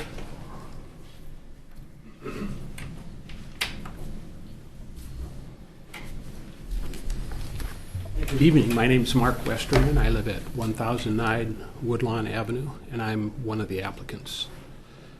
And so, all of this, we're all applicants. All the property owners are applicants. And long ago, when Clearbrook Drive went in and they did the rezoning then, they dead-ended the road up against some lots that were not developed. And in the last few years, those owners have developed their lots to the point now that it's up to my yard. And our property was zoned R10. So in order to give all the property owners the ability to develop their lots and extend Clearbrook Drive through, that's what this whole process is about, is trying to get the R8 so that we can actually put Clearbrook Drive through and develop our properties as each property owner determines. Right. We're the next ones, and so if this goes through, we probably will develop that. Right. Thank you. Thank you. Thank you. Thank you. Any of the other property owners here? Go ahead and open the public hearing. I don't see anybody wishing to speak at this point. Hearing none, we'll close the public hearing. Any other discussion or a motion? for first reading? I move to approve the first reading. That's seconded by Commissioner Roth. That's motion by Commissioner Paula and seconded by Commissioner Roth. First reading. Okay. Ordinance number 14-1001, an ordinance amending Title 17, zoning, Chapter 17.06.030 of the official zoning map of the Oregon City Municipal Code by changing the properties identified as Clackamas County Map 3-2E-06BC, tax lets 2000, 1801, 3100, 1700, 1800, and 1601 from R10 Single Family Dwelling District to R8 Single Family Dwelling District. Vote, please. It was a unanimous vote. This will be coming. Will this be coming for second reading at the next meeting, or do you know? Okay. Thank you. With that, we go to a sign code update. Thank you, Mayor and Commissioners. Once again, it's the CD night. For the sign code, we're still working with the Planning Commission on completing and reviewing the recommendations from the Citizen Advisory Team that were posted forward. So we are requesting that the City Commission take public testimony from everybody who came out tonight who'd like to testify, and then continue with the record open the public hearing to the date certain of July 16th, 2014. We are hoping to have be before the commission in a work session for the work session in June. Hopefully we'll complete our work with the Planning Commission and then be able to bring you up what the recommendations are from them at that point. Perfect. Very good. Sure. Go ahead and open the public hearing. Have you submitted your name then? I'll just check it here. My name is Lyle Frey, and I'm actually here as a member of a church over on Myers Road, Prince of Life. We are planning on making a larger sign for the church, and I called in to the zoning commission and got two different answers of what our sign could be. And then also to show up here tonight to have a definite answer of what it's going to be, and now you're going to continue it. So we just want to know when we're going, what the definitions are, how big the sign we can be, or the dimensions we can have it. Also, they're talking about a reader board across the bottom, and I know that one person I talked to said you can change the message once a day, which is no problem.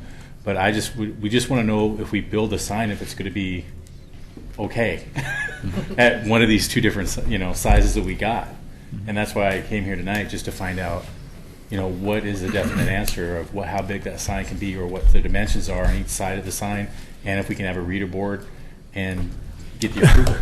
So, Mayor, as you know, this isn't the venue for those kind of complaints. I would encourage you to talk to either Mr. Conkle or myself after. And that's fine. Yeah, I was just told to show up here tonight, so that's why I'm here. You said something that I know is at least 2/3 correct. So I'm optimistic that you're going to get an answer you can live with. That sounds good. Okay, that's all I need to know. The point is, we don't have this code in place, Right. and so any application should go in fast enough to go under the old code. Right.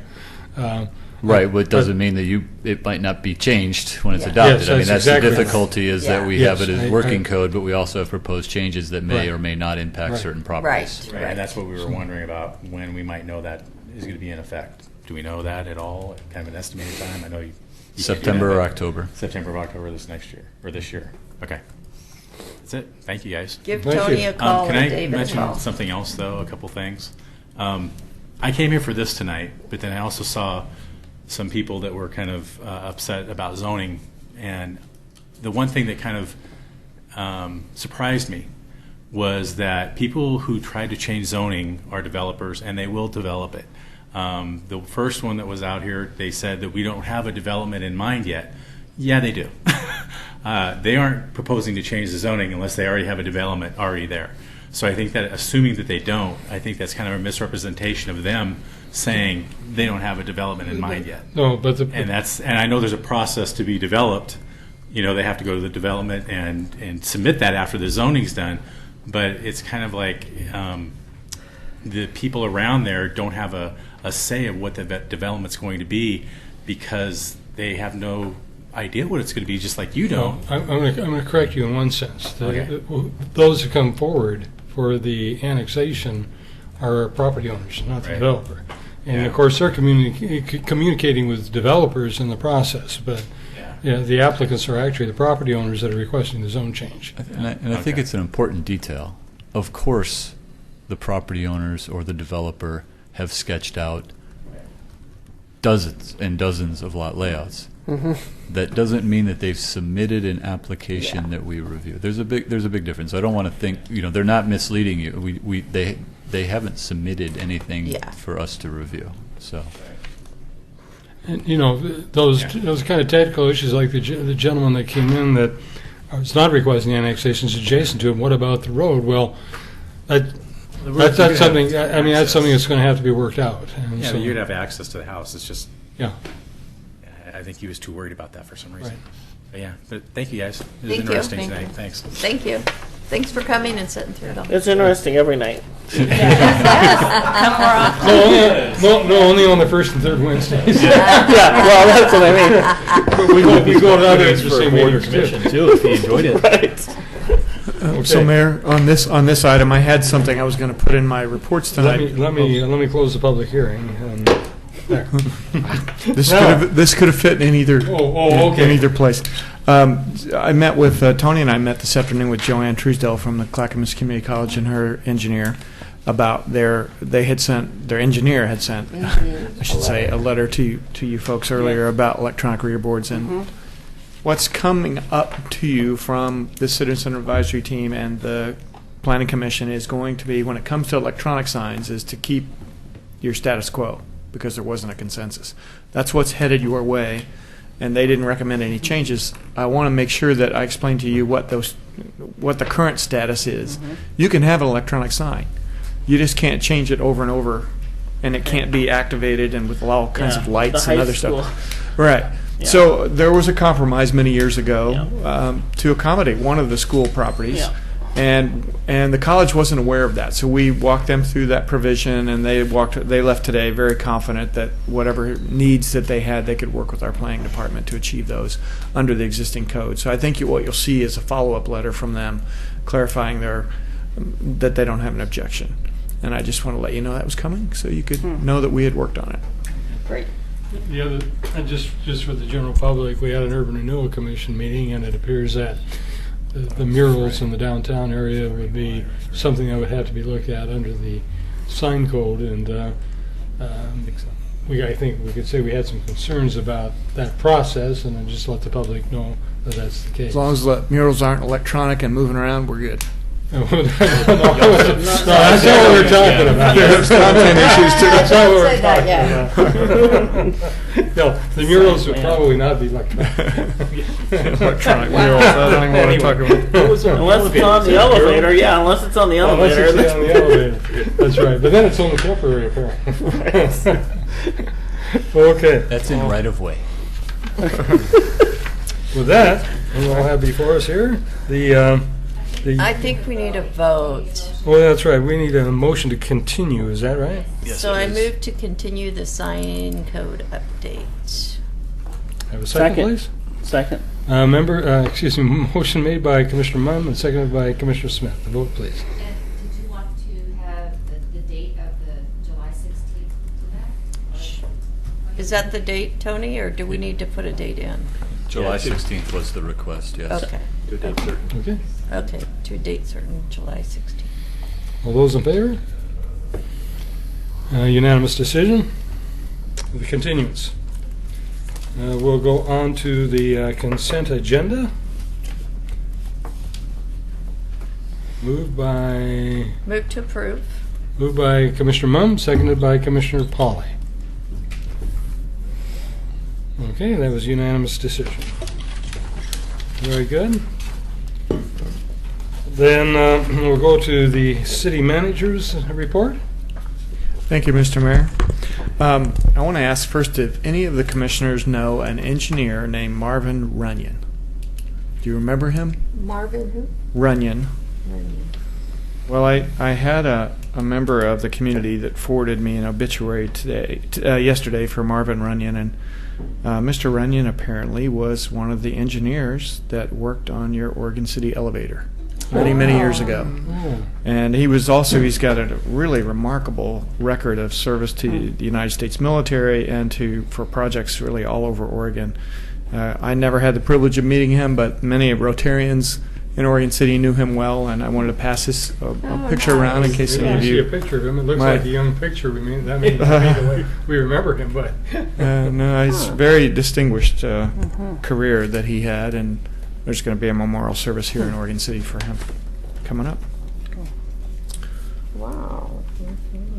I think I was probably in the 6th grade when the elevator was built. The second one? The one that I understood he was responsible. I assumed he was not the engineer on the I was talking about you. I was waiting for that. Okay. The next item under my reports is, I know a couple of weeks ago, many of you got copies of a letter from Westland requesting a waiver, a variance from our right-of-way Yes. ordinance. I think I know the answer, but I wanted to confirm that there weren't any of you interested in providing that waiver and putting on your agenda. I also sent you a draft copy of the letter I was going to send back to them. I haven't sent it because I wanted to wait and make sure there weren't any objections. So, hearing none, are there any? Okay. I've also, just late this afternoon, received a letter from the city of Gladstone. They didn't request a waiver to the right-of-way ordinance, but they did request that the county not raise utility fees to cover our right-of-way fee, which is exactly what I expected. I also don't believe it's necessary for the county to raise sewer rates to cover the right-of-way fee, but I don't know whether they will or not. You've heard testimony from some of their elected officials that they may or they will. I think that's kind of yet to be seen, but anyway, I just want to let you know about the Gladstone letter as well, because you'll get copies of that too.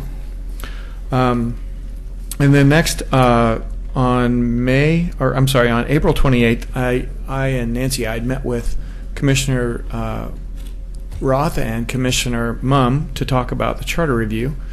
In your goals, we found out that charter review means different things to different people. But for the staff, we were thinking, okay, we're on track to achieve this because your goals go through till June of next year, the end of June. And so what's in there is a fairly generic description of a project that isn't very time-consuming. It simply requires us to bring back a report of what the actual cost would be and what the process would be that's involved in that. Now, our understanding was that this was for a cursory review of basically the housekeeping things that are in your charter, the these and thous and he's and she's that need to be corrected, but not any real substantive changes that would redistribute your roles and responsibilities in form of government, things like that. So that's a longer project. So we had a lively discussion about it, and there didn't seem to be a consensus there one way or the other, but so we wanted to bring that to you. And make sure that this group could have a larger discussion about it, about what you wanted us to do, so that we do whatever it is you want us to do. I also want to mention, not as a reason we can't do these things, but we do have a very full plate, and we've had some unintended things, unforeseen opportunities, if you will, that have come forward. One of them is the Mount Pleasant School, and we've been doing a lot of work at the staff level every week in our meetings, doing space planning and needs assessments for both the police department and City Hall. And eventually, as part of our due diligence, we wanted to create a report that shows that these facilities can all be located there before you close on the property. They won't be located there, but that there's room and the appropriate layout and so forth. You're not committed to any particular layout, but at least you'll know, okay, we're buying this and we really can do what we need to do with this property, because I just assume some of the public may be asking you to guarantee that, and we wanted you to have that assurance. So we've been working hard on that. That's taken quite a bit of time. We're not done with it yet because the district moves a little slower than we do, and they also had some financial reasons why they didn't want to close until a little bit later. So we've been trying to accommodate that. We also have quite a bit of work coming up on divesting ourselves of the Barclay Hills property as part of the condition of the closing. We're not ready to do that yet until we see the other piece that's all done. But once that's done, we will be going through that process to abandon various right-of-ways and stuff on the property as we committed to do as part of the transaction. You also probably got an email from me about the Willamette Falls Legacy Project and the likelihood that at least two of the partners that are left standing are going to be faced with a little bit more of a workload, and I think that's a possibility. And then the other one that I'm concerned about are these sewer bottlenecks that we are going to have to bring back a challenging solution to that problem, because I don't think any of us want to see that moratorium in effect.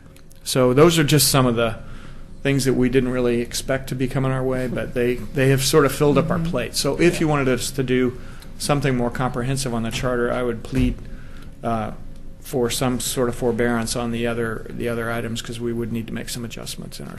Could I make a comment? Yeah. There are places in our current charter that are very, very messy. And I thought the charter review would be taking a look at that. If we're looking to put new things in the charter, I would suggest we do those as independent measures before the voter, because you may have your whole charter review ordinance blown apart because somebody objects to a new item coming in. And of course, we would not change things that were put in by voter initiative. So those have to stay in. The messiest part that I'd noticed, that doesn't mean it's the messiest part, are parks. They list individual parks in there.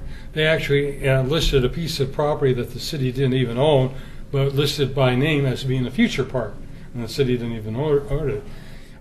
That messy piece could just simply be covered, that any park created by ordinance would have to go to a vote of the people to have it cease as being a park. Those are the kinds of things that I saw coming from the charter review process.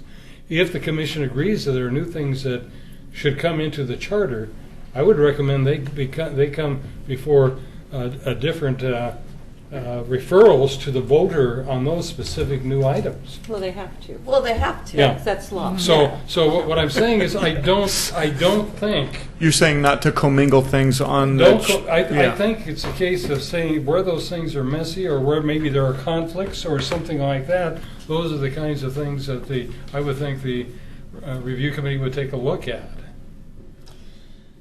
Kathy, go ahead. Start us off, Kathy.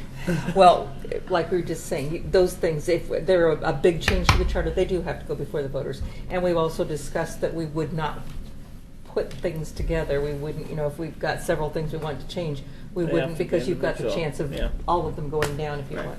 Yeah. I brought this up, I believe, my first week in office. Mm-hmm. And it's something that I feel very, very strongly about. There's more than just messy stuff in that charter. There's some things that really need to be looked at. It's very dated. There's I don't know, I gave the city, the staff a list of items that I thought needed looked at quite a while back. And I understand that this will take some time. I, however, do not believe that the bulk of the work will be put on staff. I believe it would be on a charter review committee rather than on staff. Staff would have to attend meetings, but I think the review committee would be responsible for the bulk of the work. I do not feel good.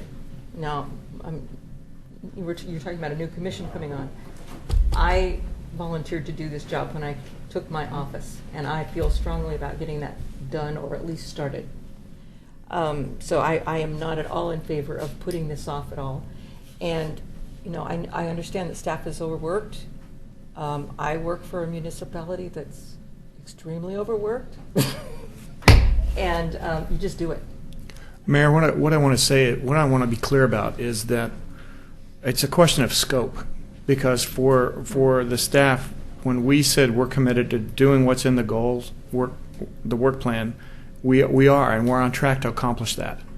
But if the scope is larger, and that's when we found out that scope to some counselors means a much more comprehensive review, it isn't going to be no staff involvement other than attending meetings. We're going to have to hire consultants. We're going to have to manage the consultants and their contract, and we're depending on the amount of public outreach. And if you're going to have substantive changes to your charter, I would highly recommend that you do a lot of public outreach. Oh my gosh! It's not just going to be going to a few meetings. I just want to be realistic. I don't care how we spend the resources. That's up to you folks.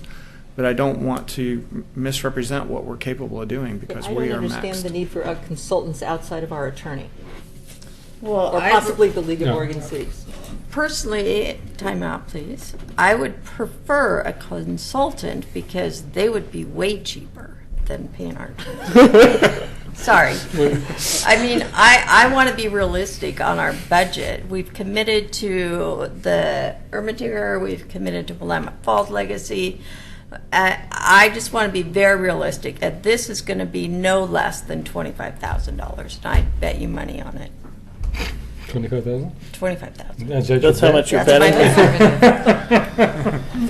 So anything over 25,000, you'll pay for it? Absolutely not. You're not betting, man. I have something to say. So, originally when we talked about it, we did talk about cleaning it up. And then the intent from Commissioner Roth was a little different. And so then we have to get into the longer process. It'll be at least, we figured 15 to 18 months. And I understand the need and the concern. The charter is very important to us.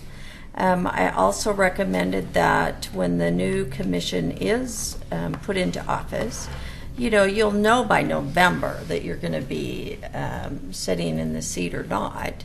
That you are given a charter review from the city recorder, so that you know that this is your Bible, this is your constitution, that you're supposed to rule the city on, and how important that is. Well, I think part of my concern is that the review doesn't wait until after the election. That is, it's going to be the next commission, perhaps, that actually votes to put it before the electorate. But I personally think that this review needs to begin soon enough that you've got at least the concerns that are itemized as to what needs to be dealt with, and I would prefer that occur within this commission. For your itemization, or for Kathy's, or ours. I mean, we're the ones that are going to put forward any kind of charter review. We could bring forward for this commission for perhaps a continuance in the next commission, but those items that we agree with. We also have to look at that. This is not ours. This is the city's. Yes. And so we have to have a citizen input on this. And absolutely. But we're kind of talking about this as it's, Kathy's putting forward or whatever. It's the citizens. It's not. Absolutely. Yeah, I just think it has to be clear what cannot happen in the charter review. Okay, so what cannot happen? No new items? No new items is what you're saying. And you can't change initiatives that have already been put in by citizen initiative. Okay, so we're gonna dance in the arena of no new items will be added to this review of the charter. That's right. We can't say that. Well, that's what he's just saying, that But we he can wants do us that to by vote. Yeah. Well, see, that's where the difficulty comes in. Yeah, and I think the commission's got, in terms of its putting it forward, the commission's going to make that decision. I think citizen input is important. You folks tried to reach a consensus on this during your retreat, and it was a similar. That's why it's challenging. It's really tough. It's very It's tough, and when you're Absolutely. sitting, and you folks are used to working together. Wait till you get citizens who aren't necessarily used to working together. And this is why I think that you put in there for us to bring back by June 2015 an estimate of what it would cost to do the initial cleanup of the charter, and we're on track to do that. June I don't think that's going to 2015? be. I'm sorry, 2014. Good. I was going to say that's not our. That's not within our goal. No, it it's is 2015. 15. It's the Yes. end of the 2-year cycle. So we're on Yeah. track 2 year. for our Yes, original goal. and I actually hope that I'm intending for us to bring this forward in January at our ahead of that schedule. Remember, we adopt our budget July 1, so we have 2 years from that point to accomplish our goals. So technically, it's June 2015, but we believe that we can bring it forward in January, and we'd like to, because frankly, if one commission says we want to put something on the ballot or start working on it, and there's an election and the other commission has different ideas, we will have done that work. For nothing. Perhaps. So it's better, it's more likely to keep it going if the people that are going to be there during the vote are also there at the foundation formation of the whole thing. But it doesn't seem like the rudimentary things are enough to satisfy some folks, and I understand that, but it does seem like those are not the things that are controversial either. I mean, they may be things that if this commission wanted to act in some fashion, that seems to me that it would be more reasonable. And since you're going to have to bite these things one at a time, if you do take on this charter, if you want them to pass, I believe that's the strategy that you're going to have to use. You might want to start with that and see if that one can work. I was very surprised how close the last charter change was that you worked on. I know. I was expecting Very kind of a close. little bit more of a, so change is just hard for people. And may I add one more comment to that? Just as an FYI, the city of Ashland had a 18-month process where they had several charter changes, and after that whole process, after the whole citizen 18-month process, their city council could not agree on, and so there was division among the city council. They put everything on the ballot, and the whole thing failed because there was not consensus among the commission, the council members. So it's just another an indicator how that's important that whatever you do, just work really hard at consensus. Oh, absolutely. And I think that we, as a diverse group, we do come to a consensus on a lot of things. Well, my original understanding of this is that it was going to be a weeding out of the charter and what wasn't necessary, just to make it cleaner and more understandable for people, and so people can navigate it easier, that type of thing. I haven't heard any specific concerns about anything in our charter that's not working right now. I mean, I know it's general enough to provide flexibility, but specific enough for certainty too. I think it's good to look into, but we have to be realistic with the time that we have right now. And I think that weeding it is a good place to start. And then once we get in there weeding it, I think everything will become more clear. So get rid of the stuff we don't need. It's a good place to start. I mean, I don't know how to proceed other than if we're going to Well, actually that's take a where vote. we were at. I mean, That's other exactly. than we actually come to some kind of vote of what we're going to do. Mayor, unless I'm directed otherwise, I'm going to proceed to bring forward, and hopefully in January at the next goal setting, the estimated costs for what it would take for what we know is the baseline of changes, and then we'll try to come up with some sort of estimate for greater changes. It really depends on how much, assuming it's an 18-month process like the city attorney's office had outlined, there's going to be some costs involved, and it's going to be more than, it takes about $10,000 to $15,000 just to get something on the ballot. And then, so we're going to do our best to try to come up with an estimate, but it depends on how many measures. For example, if you put one measure on there, then it's that much. But if you have 4 or 5 elections to go in and do things, What I would suggest from our standpoint is that this commission actually, and you said you put things before us, that we actually put things that this commission considers needs to be done. So that it's not simply, the next commission can do what it wants to with those recommendations. But I do believe that this commission should actually list down their concerns of what's in the current in the current charter. You've had a work session, I think, or 2 on this topic in which you reviewed the city attorney's previous letter. And Nancy, do you recall, didn't that have many of these semantical things that it had all of them in there, didn't it? So that's been recorded. Is there something additional? Because that's what we were going to act on to bring back in January as a baseline. Unless we're told to do something different. I just would like to see us see the baseline before this commission as well. We can bring that back. That's right. That same letter? Yeah. Well, okay. we can do that, but I mean, we can do another one. It's pretty easy to pull out the letter. Yeah. But I didn't know. What it sounds like is we should all sit down and take the charter and go line for line. I would suggest you look at that letter again. Do you want us to resend it to you? Why don't we just email it again to everyone? And then you can look at that letter, and then you'll see sort of what the baseline is for what I'm just going to say these are non-structural changes to the charter that are mostly semantics.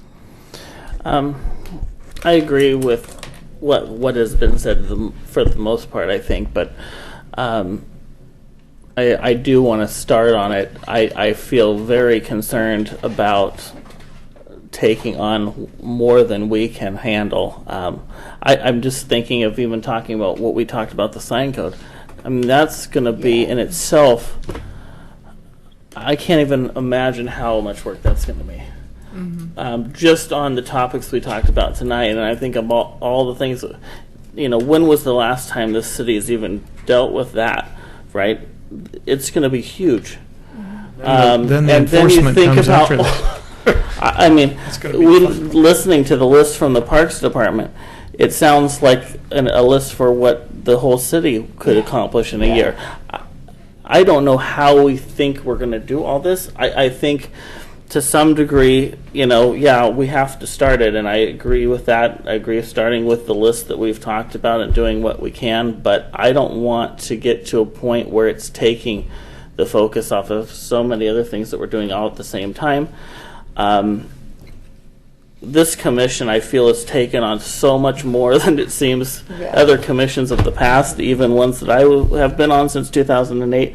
The amount of stuff that we're doing, which is incredible and great to see, I don't completely know how we're accomplishing it. We're not sleeping, it dumbfounds We're me. not sleeping. We're not nobody's sleeping. Because it's absolutely incredible. I mean, we think about the facilities issues, the property things, the property purchases we're talking about, all these things that literally haven't been dealt with for decades in this city, and yet we're still thinking we're not doing enough. So I think we're doing a good job, and I think that we need to move forward. But I don't think we can assume that it's going to happen overnight, because it hasn't happened in 25 years. So I think we need to look at that a little bit more realistic. But I also don't want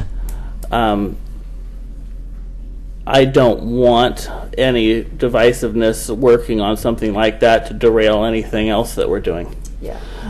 Because I think it could. So I think we need to approach it very cautiously and work as we have done on all the other things we've worked at. I think very slowly. We'll tackle it. It's going to probably not be completely accomplished under our watch, but it'll continue, and I think it's valid to say these are the concerns that we have. But I think we have, we've tackled a lot. I'm shocked how much we've tackled. It's pretty amazing, so I don't think we should be thinking that we're not doing a good enough job with that. I guess I've said it. Yeah, I agree. I think with the piles of things that we have going on, it's just a necessity to have to prioritize. It's just a necessity. And with the process already starting, the weeding process, and it's ready to continue, I think that's a good place for. Yeah, and I'm not saying by any means that it's not a priority to me to accomplish or to start dealing with the charter. I think it is, but there's about 15 priorities right now, and they all kind of are equal. Well, yeah. So I feel if we can move forward a little on all of them, if we can, that's more than we can ask for. Do you have anything else on your list that's going to generate this kind of conversation? Your city manager's report seems to be Nancy already owes me $1. Let's move it past 9:30.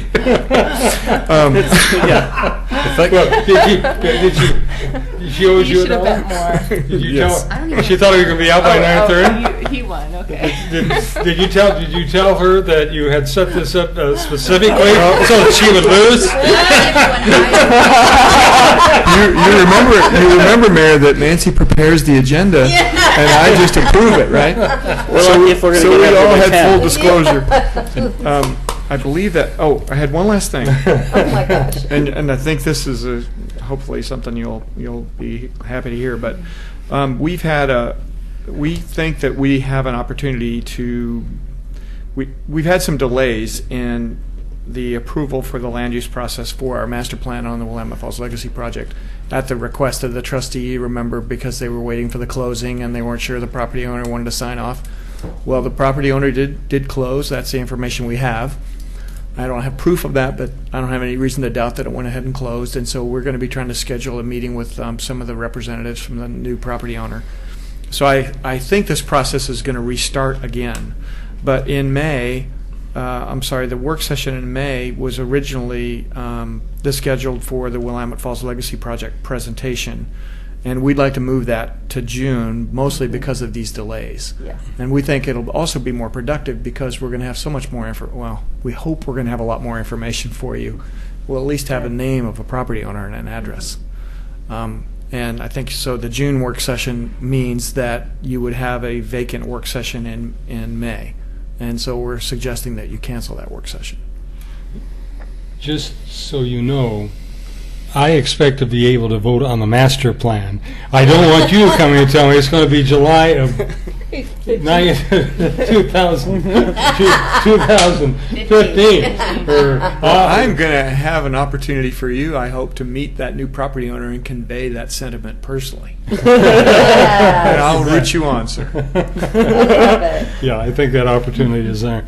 Anyway. Is there any... People or Is that okay with everyone that we reschedule that for June? Then we wouldn't have a work session in May. Yeah, and it did close. It's posted on the bankruptcy website. Thank you for checking. Yeah. So does that mean the trustee's out of the picture now? Well, it has to be approved by the bankruptcy court, and there has to be a final order. Okay. So once it's released from bankruptcy court jurisdiction, then you have a little bit of jurisdiction. Okay. So that'll be interesting. And that concludes my report. Okay.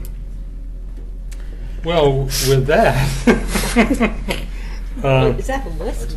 no. This is a list right here. Had a meeting with the Chair Ludlow is having meetings with the mayors on. It looks like it's going to be on an every other month basis. One of the items that came up and devoted a lot of time to. Was concern about homelessness in the county and what kind of resources exist to deal with it. There are not any. There are no homeless shelters that are actually housing shelters. The shelters we have are shelters that they use. They will open up for under conditions where the temperature goes down below freezing, and so the chair has indicated that he's going to determine what kinds of resources exist and so that we know about them and who they exist under. And I don't know that we have any resources other than perhaps to the degree I don't know what the police department does when it deals with homeless individuals, and if we could have some idea what we do. I'm not talking about issues that are enforcement issues per se, but are rather issues when we find somebody who is in need. Do we have the ability and knowledge to direct them, so forth? And I don't expect an answer at this point, but in any case, Chair Ludlow indicated that he would be coming back with a list of the various resources that they have available, which may be things that we can direct people to that we may or may not know of at this point, or how well that's coordinated. Okay. So I'm not expecting any response from you all at this point. It's just that is something. That can be on our work session. Yeah, because we're going to have a work session on that. Right, and we could have a work session on that and have those resources the county has available to us at that time. The other thing, and I think it was subsequent to the last commission meeting, is we did some of us went on a library tour that went to visit the library in Vancouver and in Camas and in also Hood River. Two of those were additions to current libraries. Of interest, particularly to us, was the one in Hood River, which was finished the same year we were, and it may have been the materials they had available to them. Their old structure looked a lot more worn than our old structure did. Of course, we had some restoration work done, but there were questions both that the director of the library had questioned what material was actually available to them to build it. I wasn't impressed by either of the additions that occurred, but the one thing that struck me at the one that was in Hood River, they took the where they did the addition, they took the external wall of the existing structure and incorporated that as an internal wall into the new building, and I think they did that very, very well.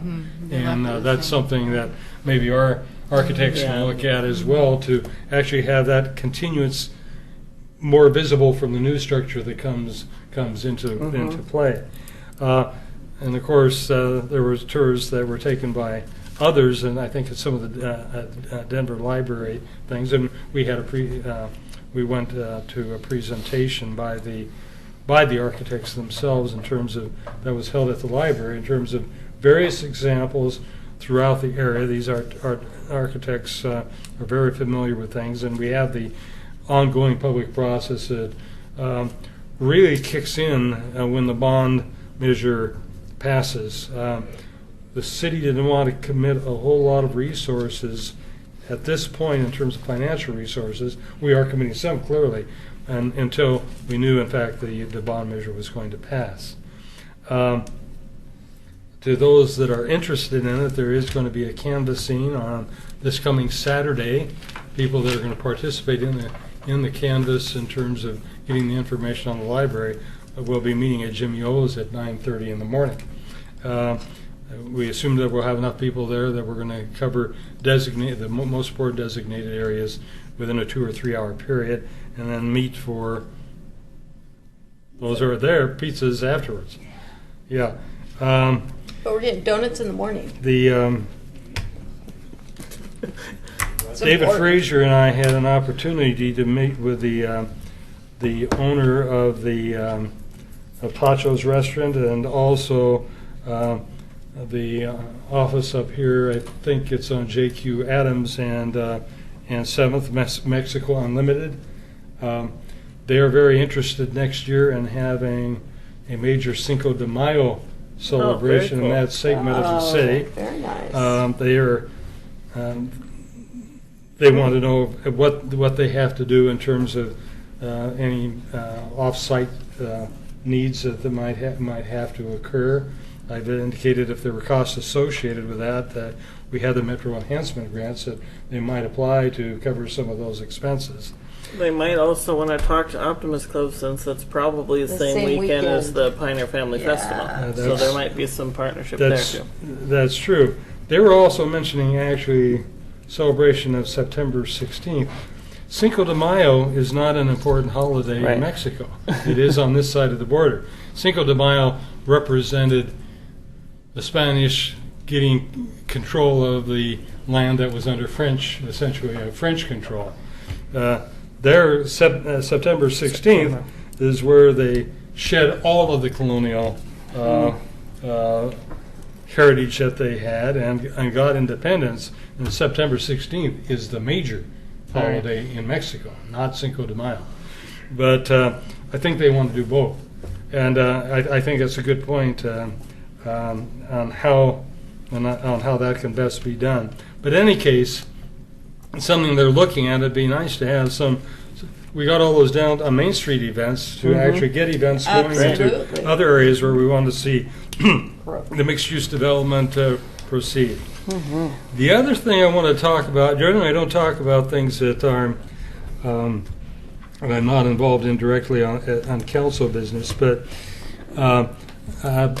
since David Frazier last year, I got to visit our sister city, and Commissioner Roth is going to visit our sister city this year.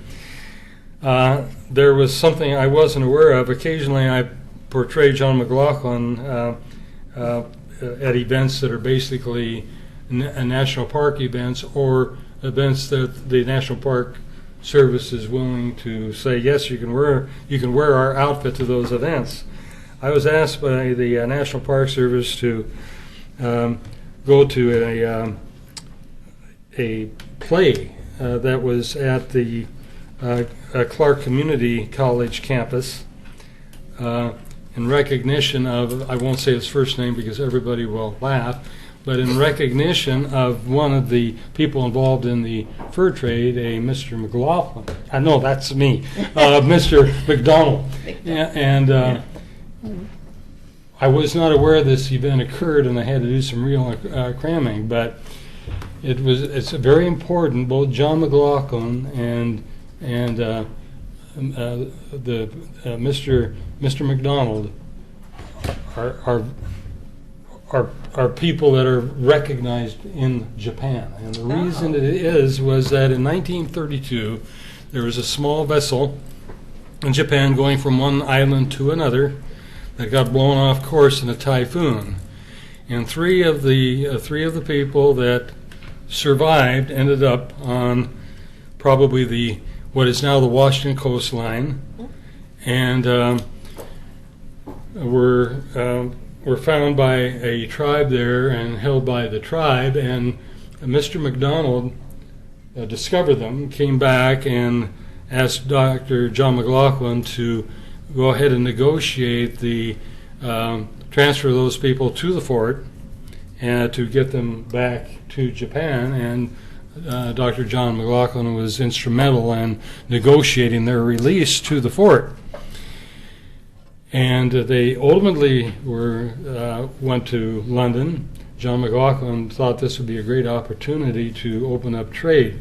Now, Japan was a very closed society at the time. And any contact with the outside world was really prohibited. These three castaways never got repatriated to Japan. They ended up in some of the British colonies that were in Asia, but they never got repatriated. But Mr. McDonald was so fascinated by what he saw in his visualization of the Japanese culture, he went illegally to Japan and got arrested. However, the Japanese were recognized, I think, the need to be able to communicate with the rest of the world, and they basically hired Mr. McDonald as an English teacher. And so when Admiral Perry forced his way into Japan, there were Japanese dignitaries that could meet them and start speaking to Admiral Perry in English.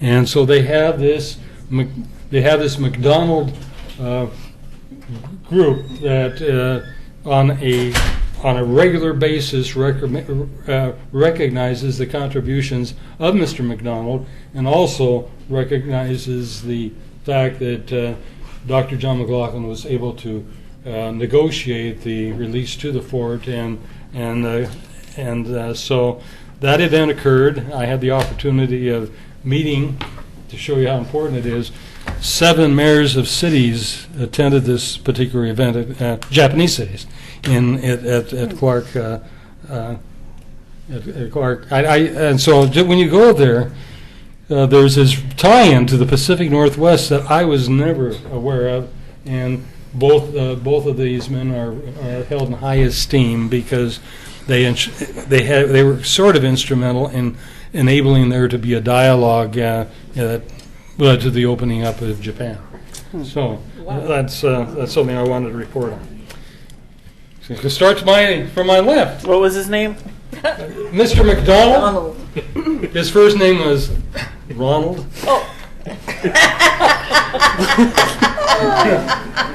I wanted to say that at the end so you could hear the story before everybody started laughing. Anyway. It didn't work. Phyllis Stocking Fill a Heart is having their annual fundraiser for bingo this Saturday night. And they raise money to provide stockings. They make stockings and stuffed stockings for Clackamas County residents, the most needy. And they do over 3,000 a year. So at the Pioneer Community Center this Saturday night, come and join us. My husband will be calling bingo, using his announcer voice wisely. And I will be in the kitchen. So it's a lot of fun. There's a lot of prizes, a lot of giveaways, and everybody has a great time while raising money to stuff those stockings. Great. That's all I have. Thank you. Okay. I'm going to skip some of these things. I wanted to talk about the McLaughlin neighborhood meeting that Mayor Neely came to and did a really nice job, I thought, of answering some sparking questions that were. Well, I was glad you were there because they got it. I think maybe I almost never attended the neighborhood associations in the McLaughlin neighborhood, and I think you've been more in contact with them and able to. I think almost always agree with some of the things I'm saying, which was nice. I thought it was a really good meeting. Something I wanted to tie in with. Who was talking about the homeless? You were talking about the homeless people. I did receive a notice today in the McLaughlin. We have an email group in the McLaughlin neighborhood, and there have been people on Washington Street that have woken up lately and found people sleeping on their furniture, on their porches and things. Wow. So they've been very kind to them. In fact, one lady even offered breakfast to a guy, but there seems to be a bit of a problem going along Washington Street. Did you tell them they need to report it? So No, the police in fact, can the track one, it? the ones that I got the emails from were really kind people. So they told them to go back to sleep and brought them a blanket. In fact, one of the ladies did so. And I don't know what that does for our enforcement or, I guess you wouldn't respond unless something was reported to you. Yeah. I think the biggest thing is just what we can. People ask us numbers for things, so it's not really an enforcement thing. Yeah. A lot of this stuff is just collecting data, and I think it's the first or second week of June is when we're going to be coming back. We're putting a bunch of stuff together on this topic. Okay, so I could. It's not just enforcement stuff. Oh, so I could advise them just to let you know. Yeah. Okay, that'd be good.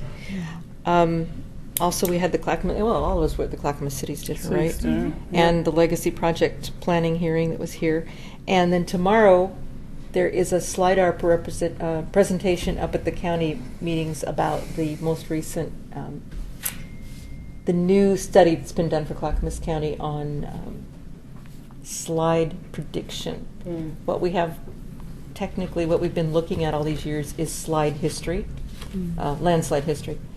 And so this new information takes into consideration geological formations, Earth, all that kind of stuff, and there's going to be a really good 3-hour presentation up there. In room 150, John? Is that it? No, it's at 150 Beaver Creek. I forgot the room 150 number. Beaver Creek Road. It's the Development Services Building. Yeah. Up on the hilltop. Yeah. So if anybody's interested, that's it. Mr. Boom, anything? Yeah, nothing. We got like 10 minutes left. So. Oh, you go, boy. No.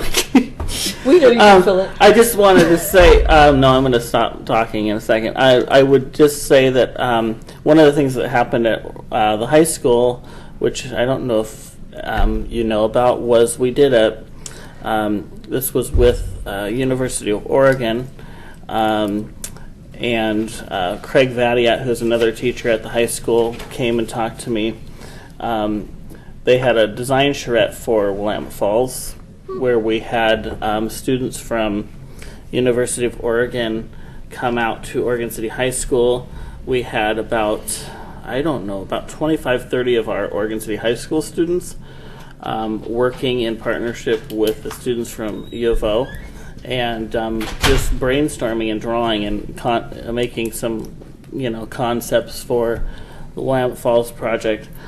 Just as an exercise, and it was very cool. There was some staff there. There was representatives from University of Oregon. I don't know if Tony might be able to talk a little bit, but it was very cool. Is there stuff we can look at? The product There's of this? going to be, I think there's some follow. I'll have to follow up and see, because there's a couple more things coming up that they're going to present some of that. But I was able to run out of my classroom for like a couple minutes, run back and forth.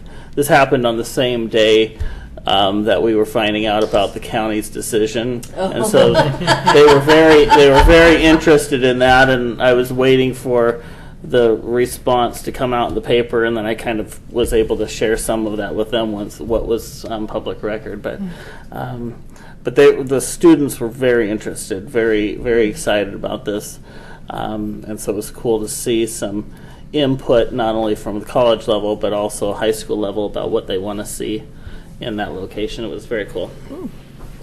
One thing before we adjourn, I meant to make this announcement. I alluded to it during the Parks and Rec presentation. I've already made the appointments, sent out the letters for Roger Fowler. Is it Theus? Is that right? As the Pioneer Center representative, we have one seat there that's dedicated to that. And also Kathleen Baker for the Parks and Recreation Committee. Both of their terms would end on December 31st, 2015. These are vacated positions that have come forward. And at this particular moment in time, I believe that every one of our boards and committees are filled. Yay, And we actually, that was difficult for us to do last year. I think first 2 terms, the first 2 years of my term, were able to do so. But obviously, there's a lot of interest in serving our city, and this is represented on the fact that we've been able to fill all those positions. So thank you. I just wanted to make one comment there. I was out of town. I was not able to attend those particular interviews, but normally I'm there when those interviews are made, but I wasn't able to do it. But there was a strong consensus on both of these members. Great. That? Anything good? Anything other good for the order other than adjourning? Adjourn the meeting.